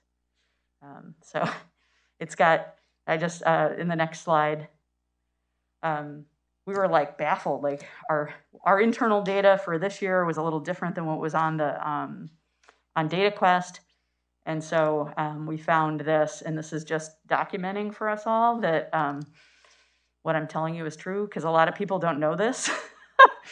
A lot of my fellow C&I directors are like, "Wait, what? It changed?"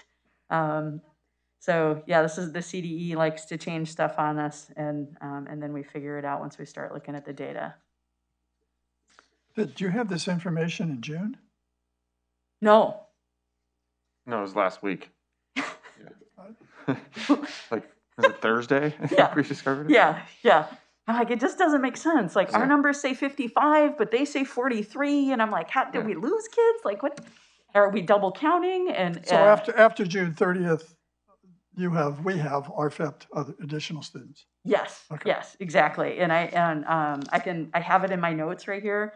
So in August, we RFEP'd 37 students. We RFEP'd 8 first graders, amazingly. A second grader, 6 third graders. So I have the data here right in front of me, but it's probably not smart for me to publicly put this on a slide deck just yet. Yeah. So this next slide, again, is just paying attention to number of English learners that we're serving. So you can see the number of English learners has gone down, in large part as a general trend of our overall population going down. But you can see that nice difference, particularly if you look at like 2014 and 15, where just massive numbers of English language learners and smaller numbers of RFEP kids. And that's a breakdown in an English language development program, right? That's too many English language learners lingering and becoming long-term English language learners. And then you can see the tide start to change there. And it's not because we have far fewer ELs. It has to do with a stronger English language development program where we're RFEPing kids earlier and in larger numbers. Next slide. This is to be celebrated. I put it on one of the cover sheets. We got over 70% of our kids prepared to make an application to a four-year university. When we dig into the data, the 29% who didn't make that bar, it's about Ds.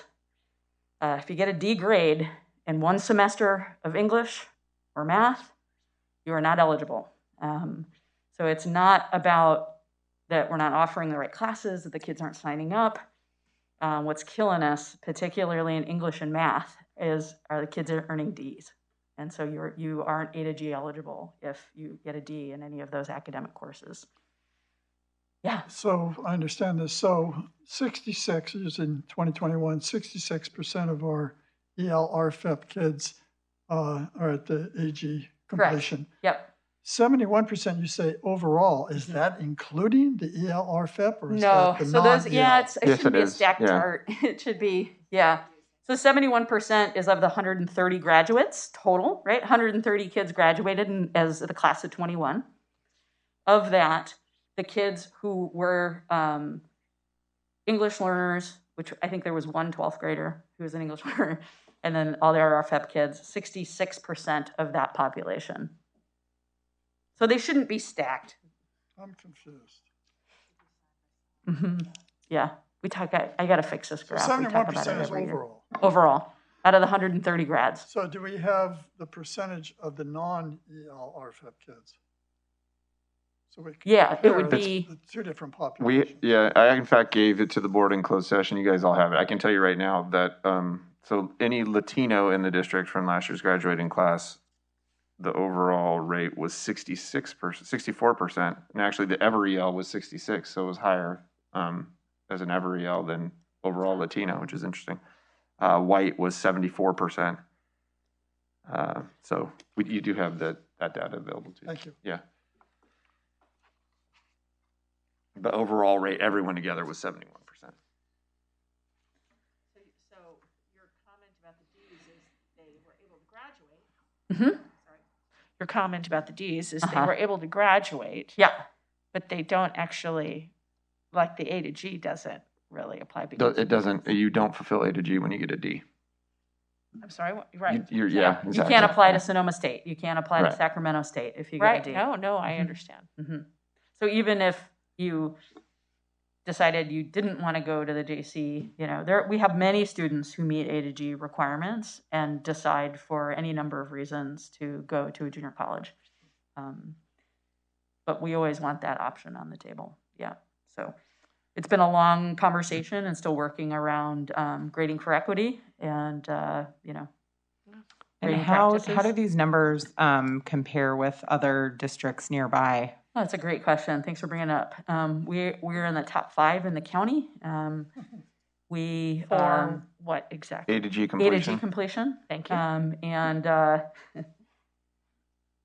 Ms. Jones Kerr's former schools beat us out in Roseland. Partly Roseland Charter, right? Roseland Accelerated Prep, Roseland University Prep. This is part of their mission, part of what they do. Sonoma Valley is ahead of us. They went A to G for all. But they have it, so we don't have 2021 data on other schools. No, Yeah. it hasn't been certified Yeah. yet. Yeah. So we were right neck and neck with Sonoma last year. Mhm. Sonoma's typically around 55 to 58%. Mhm. So I'm very curious because we've gone up quite a bit this last year. Yeah.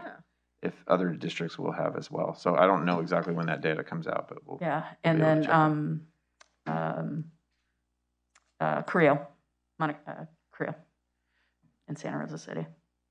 I mean, I have to say these numbers are impressive. We're certainly not, we always want more. We always want more kids to, whatever, Mhm. get there. But look at the growth.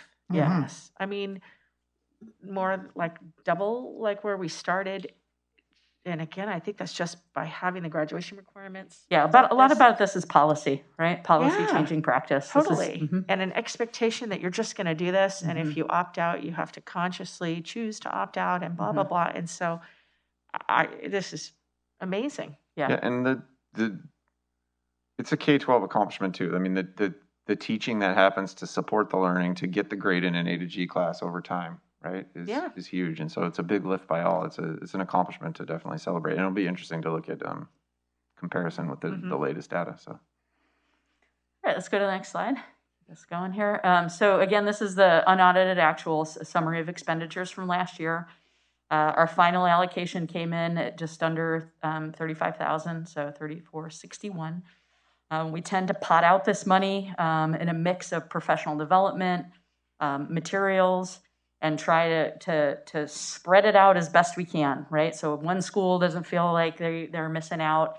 One group of teachers doesn't feel like they're missing out.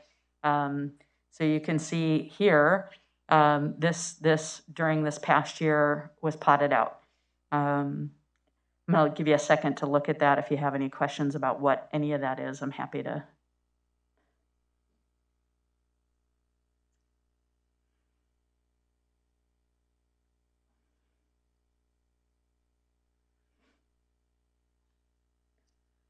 Yeah, you can't use Title III money to pay for teacher salaries. Yeah, that's not a good use of the funds. This is restricted dollars.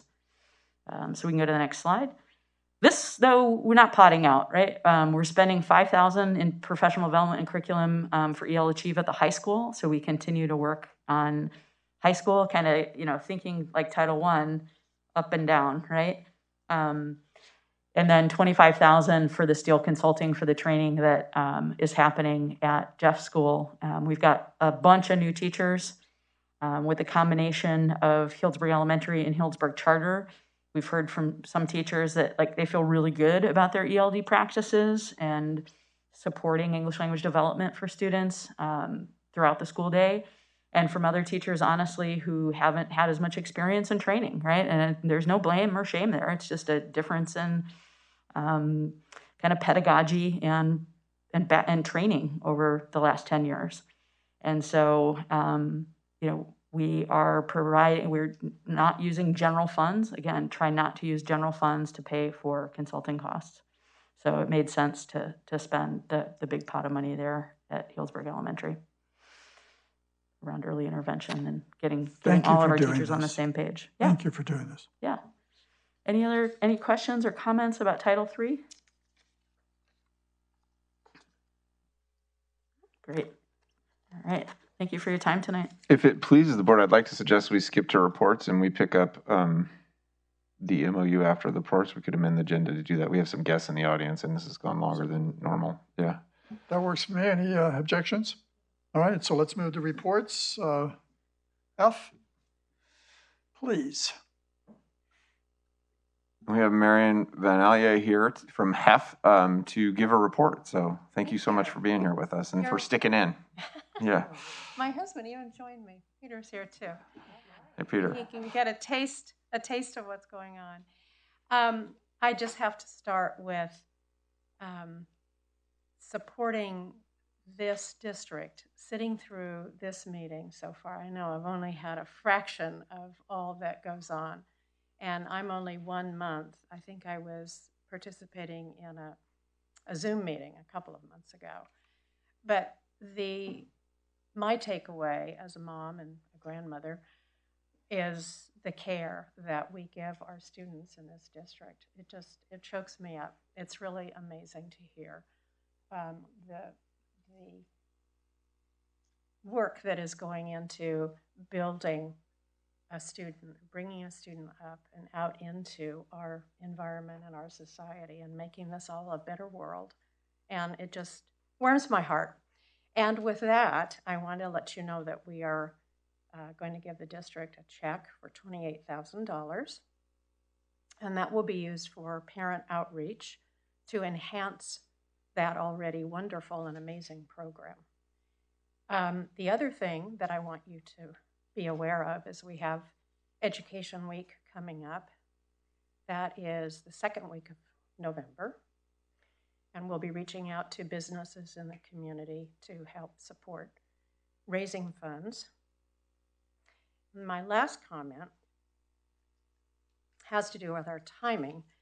Our fundraising is now going to start and finish, and when we know what we have, we will be approaching the district and finding out what the needs are and how we can collaborate. So we're front loading with money first rather than doing it the other way around, which hasn't worked so well sometimes.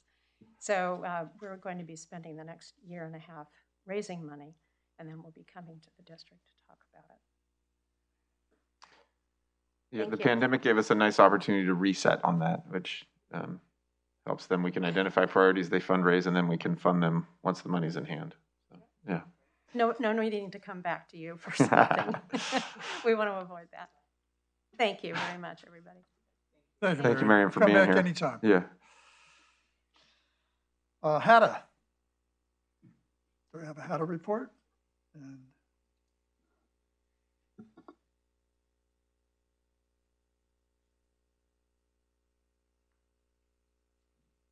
Sorry, I'm back there correcting math tests. Okay, thank you for having me.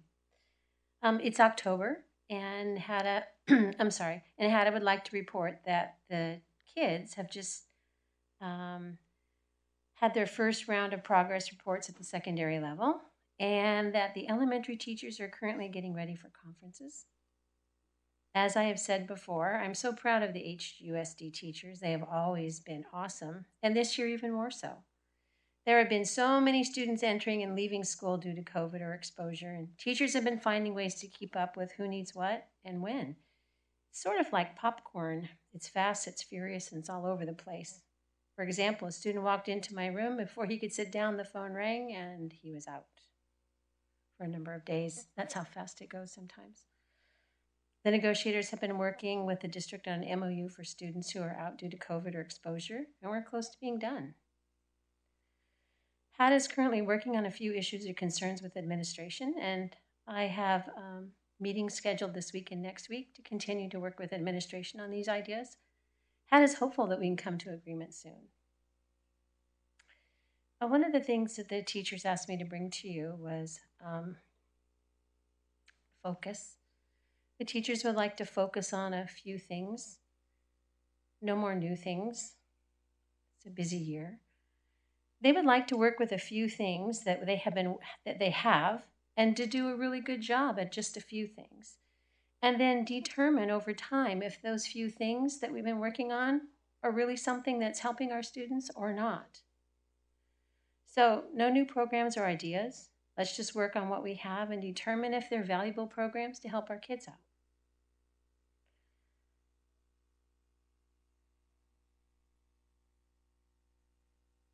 Thank you for all that you do to help us. Thank you for supporting our request for needs and materials. Thank you for reaching out to ask questions. Thank you for stopping me on the street and asking stuff. I do appreciate that. Thank you for your leadership. Thank you. thank you. CSEA? Are we reading some? No. Okay. We didn't receive. Board of Trustee reports. Anyone from dais? We do have the student trustee report that we can play briefly. Yeah. So, she has a super sweet video that we received. So I'm going to play this on my computer. So this is the student trustee who is going to be speaking. She had it up there, no? She had it. Yeah. Oh. Will the sound come through though? Yeah. Hey, Franny! Hey, you did it. Let's see how this sounds. This is Annie Peterson. Hello, my name is Annie Peterson, and I'm here to give the Student Trustees School Report. Currently, Healdsburg High School is gearing up for homecoming, which is this weekend, and the ASB Club has been busy preparing for the rally and homecoming floats. No, it's on. Post-homecoming, the ASB Club hopes to continue to build school spirit and plan events for the student body. Thank you so much for listening, and I can't wait. Let her play it, maybe. Yeah, it's like 30 seconds long. It's really cute. We can listen at least to her. Yeah. You can see Annie on the screen there. So, yeah. Trustee School Report. Currently, Healdsburg High School is gearing up for homecoming, which is this weekend, and the ASB Club has been busy preparing for the rally and homecoming floats. Post-homecoming, the ASB Club hopes to continue to build school spirit and plan events for the student body. Thank you so much for listening, and I can't wait to see you in person in November.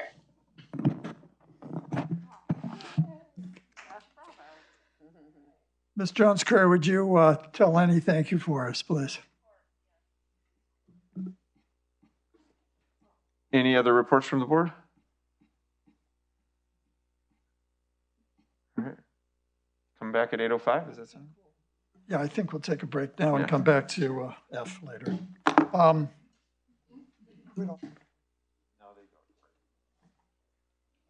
like to thank the administrators for spending their evening with us. Thank you. Resume 1F, Memorandum of Understanding with CSEA Association.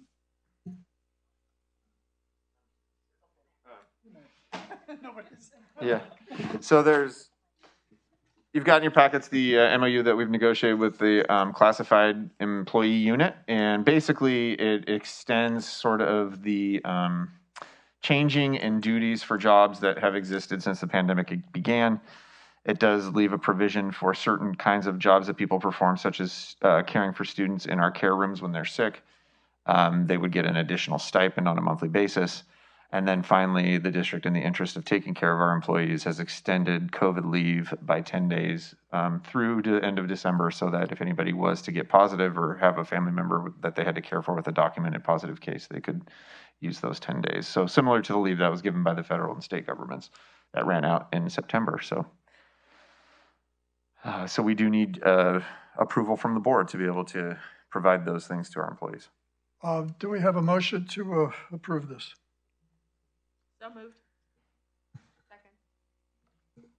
I just want to make a comment before we vote. I just want to express my appreciation. I wish that CSEA rep was here for their willingness to take on these extra duties, to work with the administration for the safety of our staff and for our students. All those in favor, please raise your hand. I was also going to. Oh, I'm sorry. I was just moving. That I just appreciate the conscientiousness of continuing to offer a safety net, for these folks that are often the ones that are. They're on the front lines. Yeah. They're out there. Yeah. They're doing their thing. So thank you. Is there anyone else? All those in favor? Aye. Oppose? Then it passes. Thank you. Moving on to 11.2, school business. A, change order number 001 for the Healdsburg High School conditioning room. Yeah, so our chief business officer, Debbie Adetto, is not feeling well, so she can't be here today, so I'm going to take this item for her. But you have a change order on the high school on the high school conditioning room. If you look at it, it's a net increase of about $100,000, and a lot of it is due to finding rot and different things in the walls. Once you open them up, you just don't know what's going to happen, right? So there is some extra framing and whatnot in there. So this is a change order, and you have the complete list of everything that was done in it. There were some decreases and then increases on top of the decreases to the net of around $100,000, if I remember correctly. So, any questions? Seeing none, I entertain a motion. It's go ahead. it's if you have the mask on, you can't even tell. Oh, no. Is the conditioning room in use? It's already in use. It is not in use. It is done. We are waiting for new equipment to come so we can set it up. We're not going to. They don't want to move the old equipment in and then have to move it out. So yeah. Gotcha. Okay. Yeah. Thank you. Okay. Any other questions, comments? Do I hear a motion?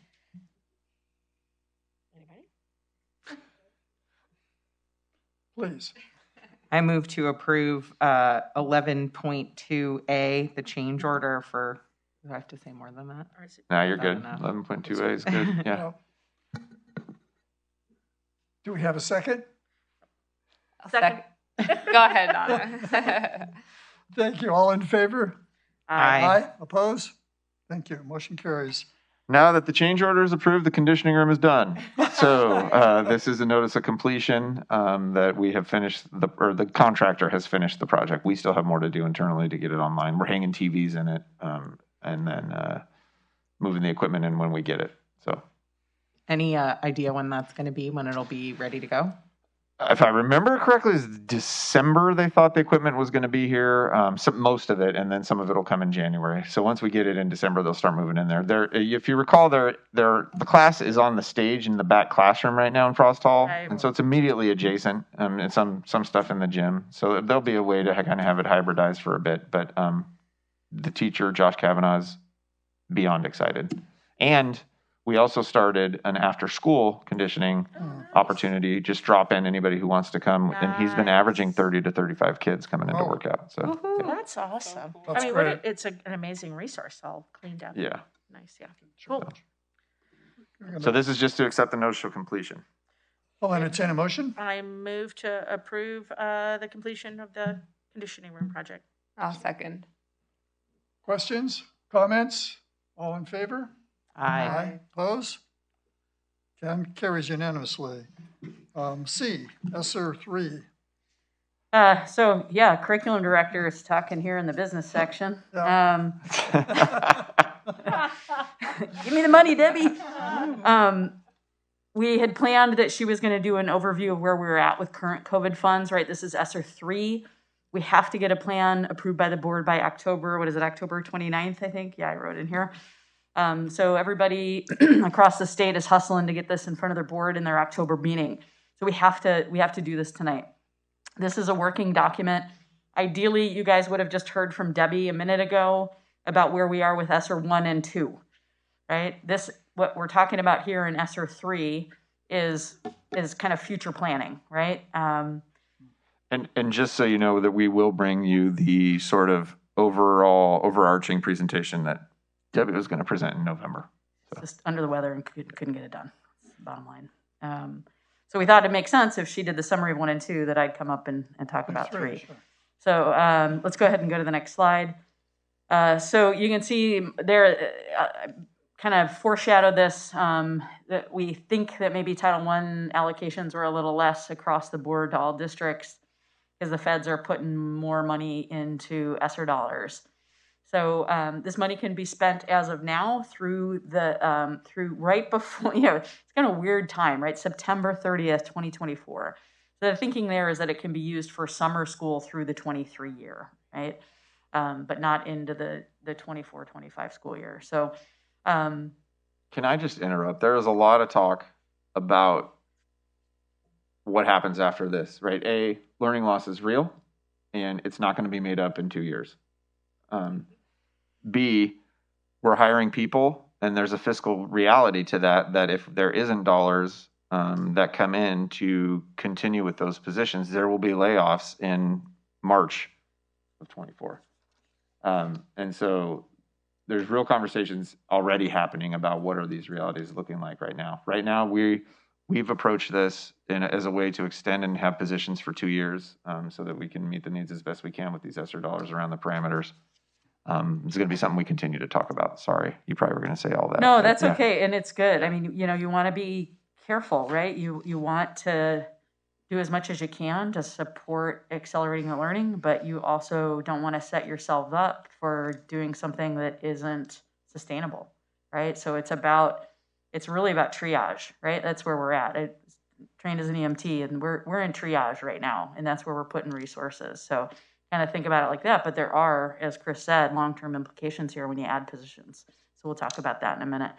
So hopefully you guys will approve this tonight. Please understand this is a working document. You're not signing in blood here, right? This is meant to be an iterative process, just like all budgeting procedures. That's why we bring things forward, we make changes. We just needed to get some kind of a plan down.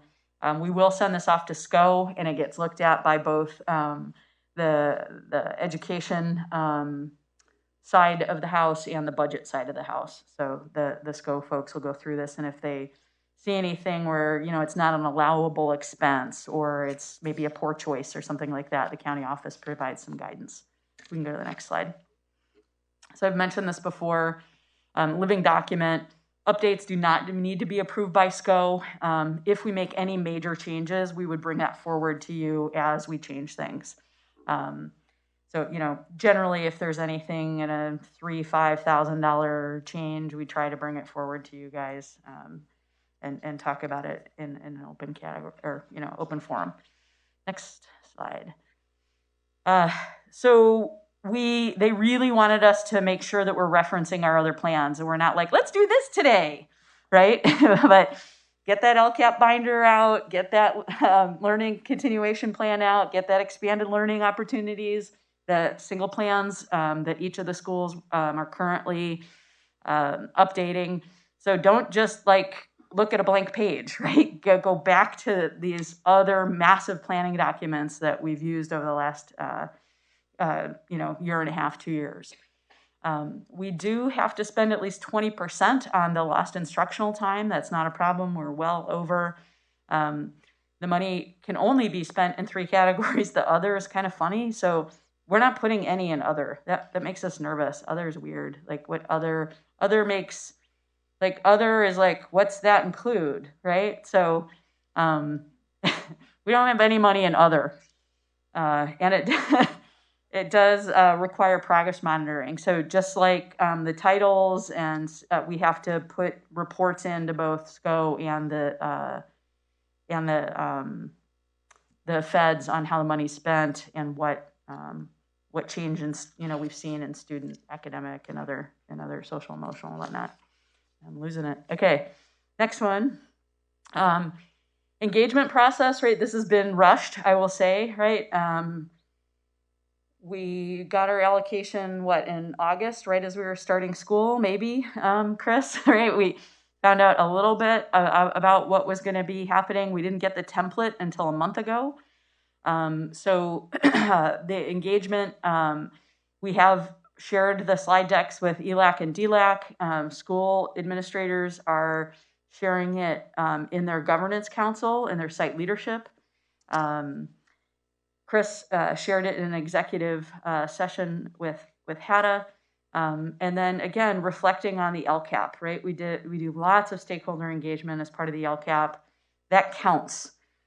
They're very clear in the guidance documents that, like I said before, this shouldn't be brand new stuff kind of coming out of nowhere, but be supported by your prior planning and documentation. So next slide.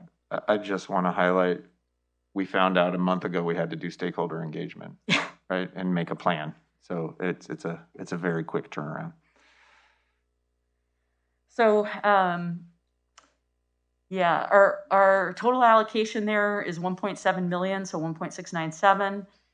It got cut off there. 20% has to be spent on the safe in-person learning, not a problem.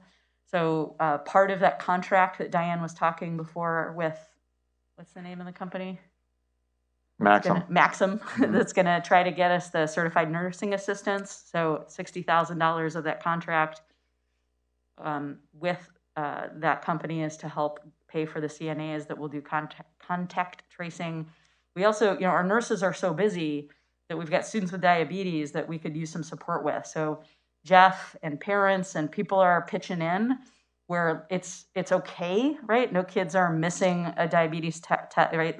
We're getting it done, but the way it's getting done is not sustainable. It's putting principals aren't being principals because they're checking blood sugar, right? Parents aren't able to spend their whole day at work because they're coming over to the school to help check blood sugar on kids. And then nurses have also been spending additional overtime, right? They're working way past on weekends doing contact tracing. I think Diane maybe had her first full weekend where you weren't working. Yeah, we had first weekend since school started, not contact tracing, and obviously nursing staff are a big part of that. We have our 2 wonderful mental health counselors. So you can see that is extending their service to us for a second year. So Diane and I were just talking about how fortunate we feel that we've been able to add 2 full-time mental health counselors. They are up and running and seeing kids and getting work done in a very short amount of time. So we want to be able to extend their contract for a second year. and then using some of the funds to continue to upgrade elementary facilities. So these are, from what I understand, Chris, and talking to Debbie, help me out, planned and changes that are, in the works. But it allows us, if we can use this money and not use general fund money. Yeah, and well, actually bond money. So we have this gets complicated, but state matching funds from bonds that we already did at the secondary schools that we can apply to any school. All along, the plan has been to use those state matching funds for elementary projects. We have an aged campus at HES. Truthfully, Fitch is becoming aged. It's the newest campus, but so one of the things we can do is spend money on creating safe in-person learning environments. HVAC is a big part of that. We already have MERV 13s. It's the highest filter system you can have in every classroom. But what that does to our aged HVAC units at the elementaries, which are already closer to end of life, it brings end of life faster because the filter is a more intense filtering process. So we will need to replace those. This would augment those bond funds, helping them go farther. So allowing us to do more on the elementary campuses as a result. So we can go to the next slide. So the other bucket of money is around loss of instructional time. So I mentioned we have an unprecedented number of newcomers at the high school. We are currently back to the staffing shortage, flying a position. So if anybody knows somebody who wants to work as a bilingual paraprofessional at the high school, like tomorrow, please let us know. That is a position that we're hiring for right now. It's on EdJoin. So using some of that money to help our newcomers and our English learners in general, but really focused. We're gonna that paraprofessional will basically follow our newcomers through their school day. We'd like to think about adding additional counselor time. We've had a dean at the high school in years past. Junior high. Yeah. Or pardon me. Yeah. Thank you. At the junior high, we had a dean. We don't have that position. So when we knew we were doing full distance learning last year, and Aaron Ryan, the spectacular, who's now a principal, was moving on. We're really well staffed with a full-time counselor, but again, talking about triage, right? And need is higher right now. So this is a triage position that could start as early as January of this year. And we've got enough to hopefully fund it for 2 years there, right, including this year. Yeah, so that 105 represents for the January of to the end of this school year, and then all of next school year. That's why it says 21 through 23. Working on the MOU for teachers, and we know, as Ms. Doherty said, the popcorn effect of kids coming in and out of class and the stress that puts on teachers, and hoping that we can show some of our appreciation through providing compensation. So that's what that third one down is. FMC has a full-time intervention teacher, and we'd like to keep that as full-time for next year in triage mode. In years past, it was a half-time position. We feel strongly that it's working out this year as a full-time, and we'd like to keep it as a full-time for next year. MBA has traditionally been a 1.4 teacher. We've had Tor Top is full-time, and then Josh Kavanaugh was 0.4. We have 2 full-time teachers, so district pays for 1.4, and then using COVID dollars to get those ratios down. There's about 22 kids enrolled in MBA, so we have 2 full-time teachers now supporting those 22 kids, and we'd like to be able to keep both those 2 full-time teachers through the next school year. We hired a bunch more paraprofessionals for this school year, so we'd like to keep them for next year at both FMC and HES. Diane and you guys have been talking about the value of Ruler and the cost of SEL Labs and Youth Truth. So that gets thrown in here. We do have a lot of additional sections and teachers. So we talked in the last board meeting about our low class sizes, right? That we have first grade classes that are averaging 14, 15 kids. In a normal school district, you'd probably lay off a first grade teacher, right? Just speaking honestly, bump those up into 18, 19, 20. COVID dollars is allowing us to keep these lower class sizes, also add additional sections. We saw kids fail math and science in particular at the high school, so we've added sections of math and science and Spanish in order for kids to retake the course that they failed and or got a D, honestly. We've got plenty of kids who pulled a D, but we offered them to, particularly in those classes that build on each other. Math, if they get a D, they need to repeat. in order to move on. Summer learning we've talked about. We ran the largest summer learning program we've ever run, and so we need additional funds for that. We're planning again for a very, oh, you know what? That should say 2023. That's a typo, not 2022. Oh, no, that's the summer. right, Sorry, yeah. yeah, that's right. So this coming summer, 22, again, hoping for a nice big summer learning program. And then this past year and currently, we've offered teachers additional time, particularly in the late spring and over the summer at the elementary in particular, to adjust their scope and sequences and assessments. They spent a lot of time as grade level teams looking at the end of year STAR data. Where do we need to spiral back in, looking at the essential and priority standards.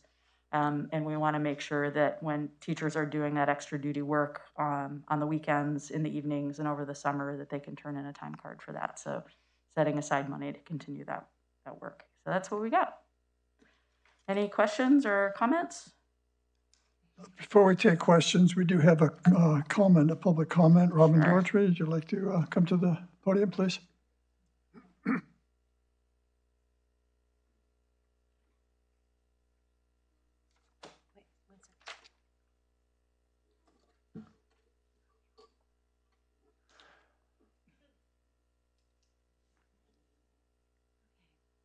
Thank you for the time. I'm talking on 11.2C. It's page 2 out of 15. I think it's page 478 or 472 on your computer. So I wanted to talk about the consult. So consult, according to the dictionary, is to talk about something with someone in order to make a decision and to look for information in something. So I want to talk about that section where it says Hada was consulted. So if Hada was consulted, Hada would like time to go over the information ahead of time. So to be given that information about the LCAP and the ESSER money, time to bring it to the unit members to discuss it, and then Hada, the executive board, can then bring back the unit members' suggestions and recommendations for a consult. And then the district brings the combined information from Hada, and then the district presents the information and decisions that were made, and this is discussed why. And then after that, the PowerPoint is written. But what happened was the PowerPoint was written, and it was presented to us last Thursday. So I know it says consult on the document, but we were shown. So thank you. Thank you. Comments from questions?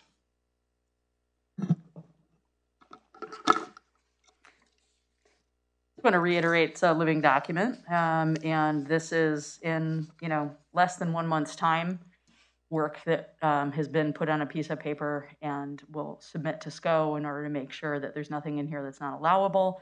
However, most of this spending is going to be at best towards the end of this year and then into next. So there certainly is time for revision and iteration. Along with that, I would assume, I know this requires reporting and assessment, and we're going to be assessing the things we've been doing, what's working, what isn't, what are we prioritizing, what do we continue, what don't. Yep, exactly. What's working, right. What isn't, right? Right, and then exactly. Adjusting as needed. Yep, exactly. So I would hope we'd be getting input from all Yeah. parties in doing that moving forward. Yeah, absolutely.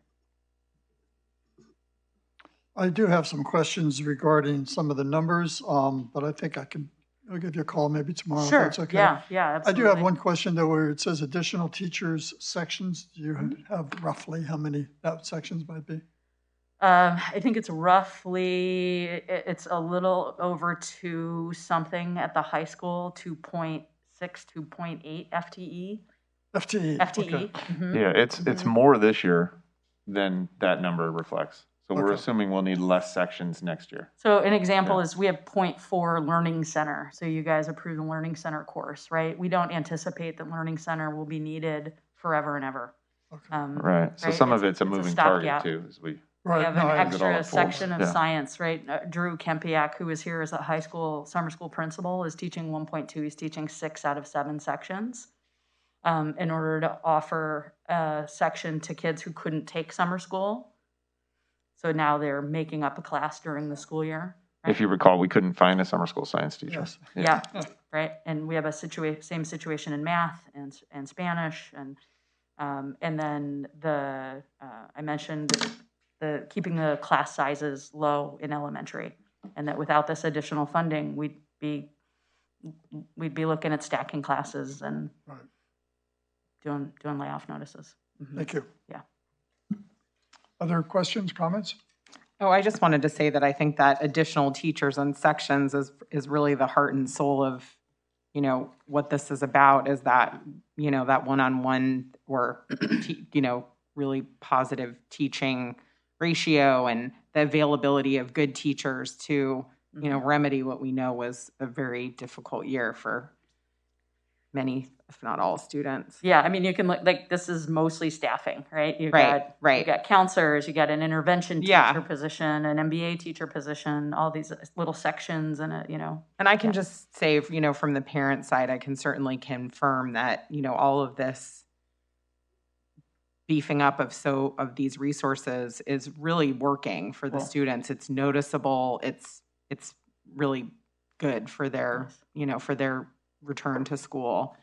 I guess one of the things that stood out for me is that after we had the social emotional learning discussion is that we're using some of this money to, to fund these assessments. And I just feel like it gives us a really strong mandate, in one part of what this is useful for is policy making and kind of policy decision making.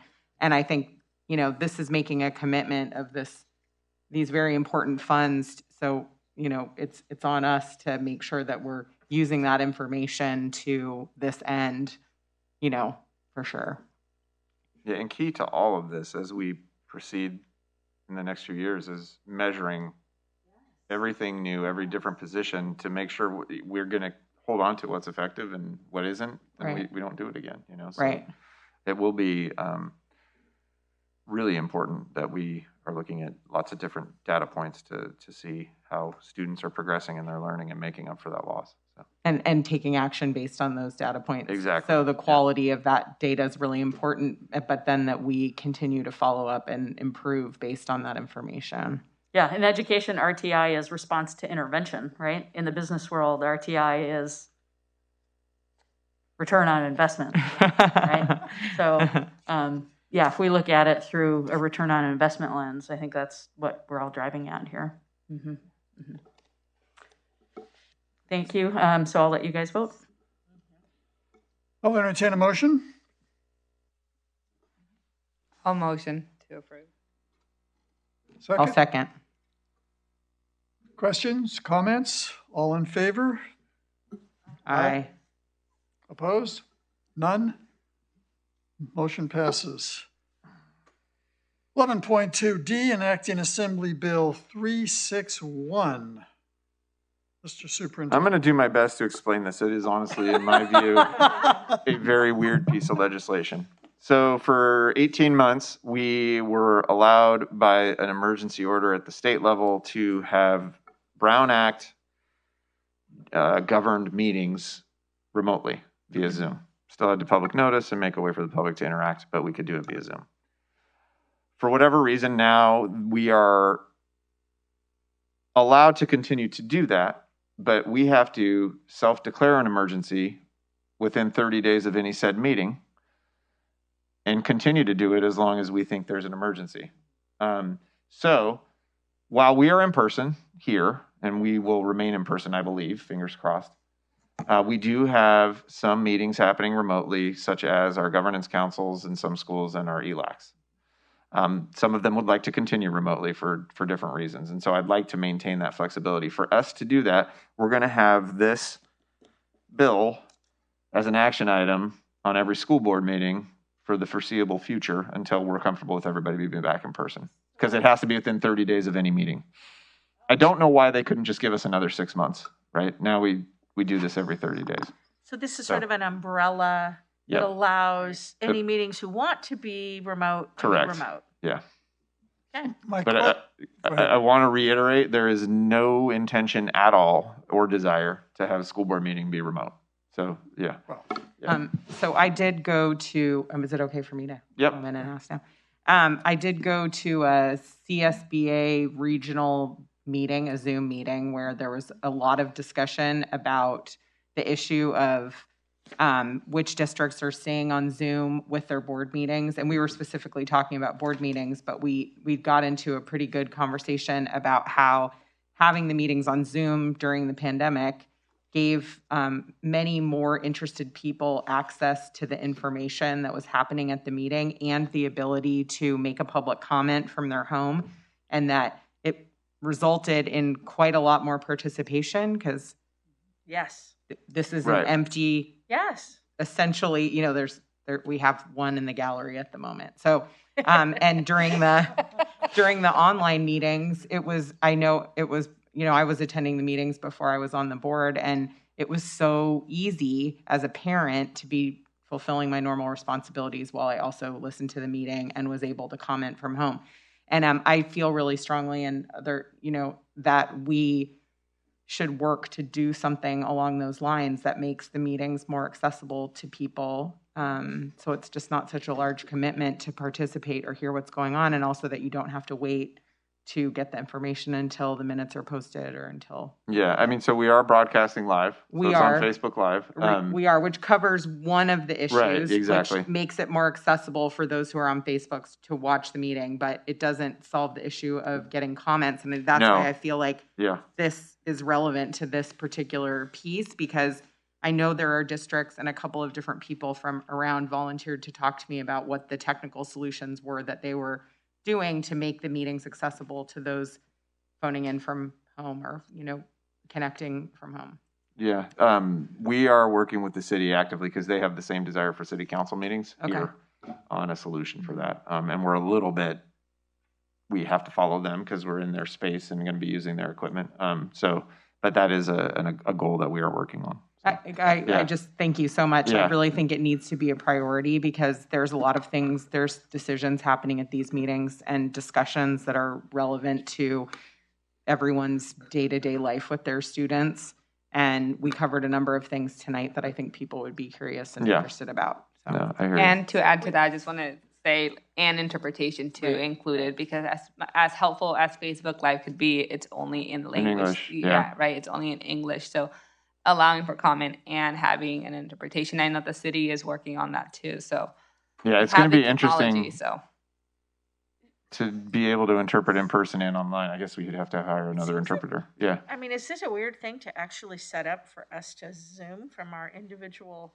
Like here? I think some districts are doing that. Zooming. That's the way that there are a lot of districts that actually are meeting in person, but not allowing the public to come. And then they do a hybrid where they're actually on Zoom, even though they're all in the same room. Right, exactly. So that's happening quite a bit.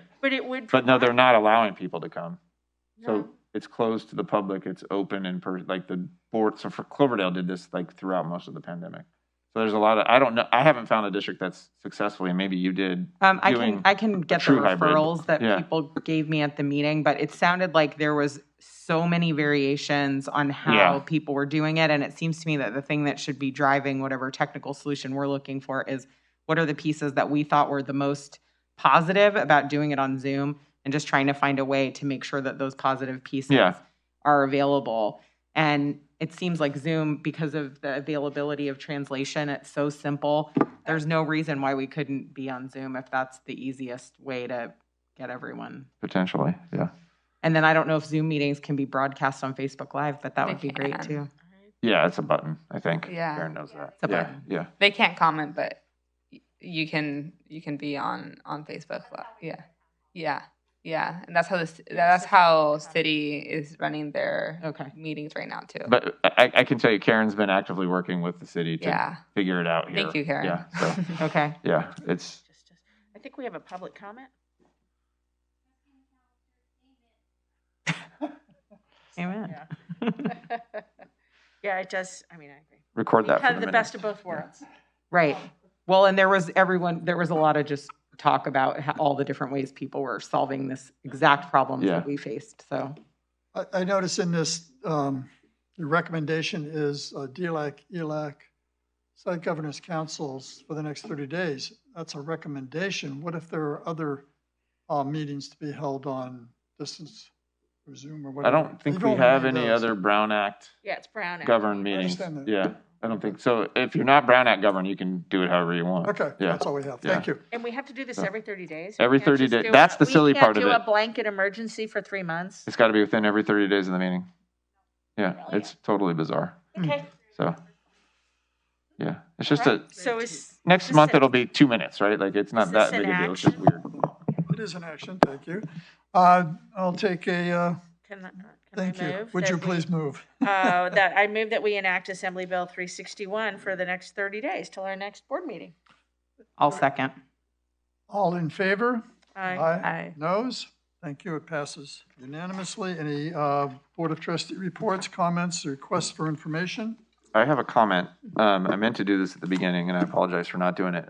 As you all know, the high school lost a true greyhound, Mr. McDowell, Pat McDowell, who was a longtime biology teacher and had graduated from Healdsburg. I had coached for decades football. And I wanted just to share with the board and publicly that we will be having several ways to recognize Mr. McDowell's contributions in the next few weeks. So at homecoming game this weekend, there will be a moment of silence in his honor. The following weekend, on October 29th, we are going to retire his high school football jersey, number 72. Oh, nice. And then they are planning the family has secured Rec Park, and they will have a memorial service on November 21st at 2 o'clock for Mr. McDowell. So we'll be sending that information out to you all. And the district is working on setting up a scholarship in his honor for students going on to either study sciences or education. Folks will maybe want to donate towards. So he was a wonderful man, loved kids, and was Healdsburg through and through. So November 21st, big loss. 2 p.m. November 21st at 2 p.m. Rec Park. Rec Park. Thank you. Sure, you'll be sending that out. Thank you for. Yeah, we'll send it out. I need to send it all out to the entire staff this week. So Those sound like very fitting tributes. Any other trustee reports, questions, comments? No, I will just close this, and again, to repeat, if we're going to do this on a monthly basis, we will. Just please ask the school principals to thank our staff, our teachers, our classified staff, thank our parents, and most especially thank our students for continuing the hard and difficult uphill drive that they're making now. I'm hoping this makes everybody stronger, and also our parents, obviously. And then if you would, those that are here, I would like to publicly thank the district office staff as well. And if you get that word out to the others that are not here, I would greatly appreciate it. Thank you very much. You're here? You're here, Mike. And there is no closed session unless y'all want to go back and you finished your food, so there's no food. Okay. All right. As the meeting is adjourned at 8:46.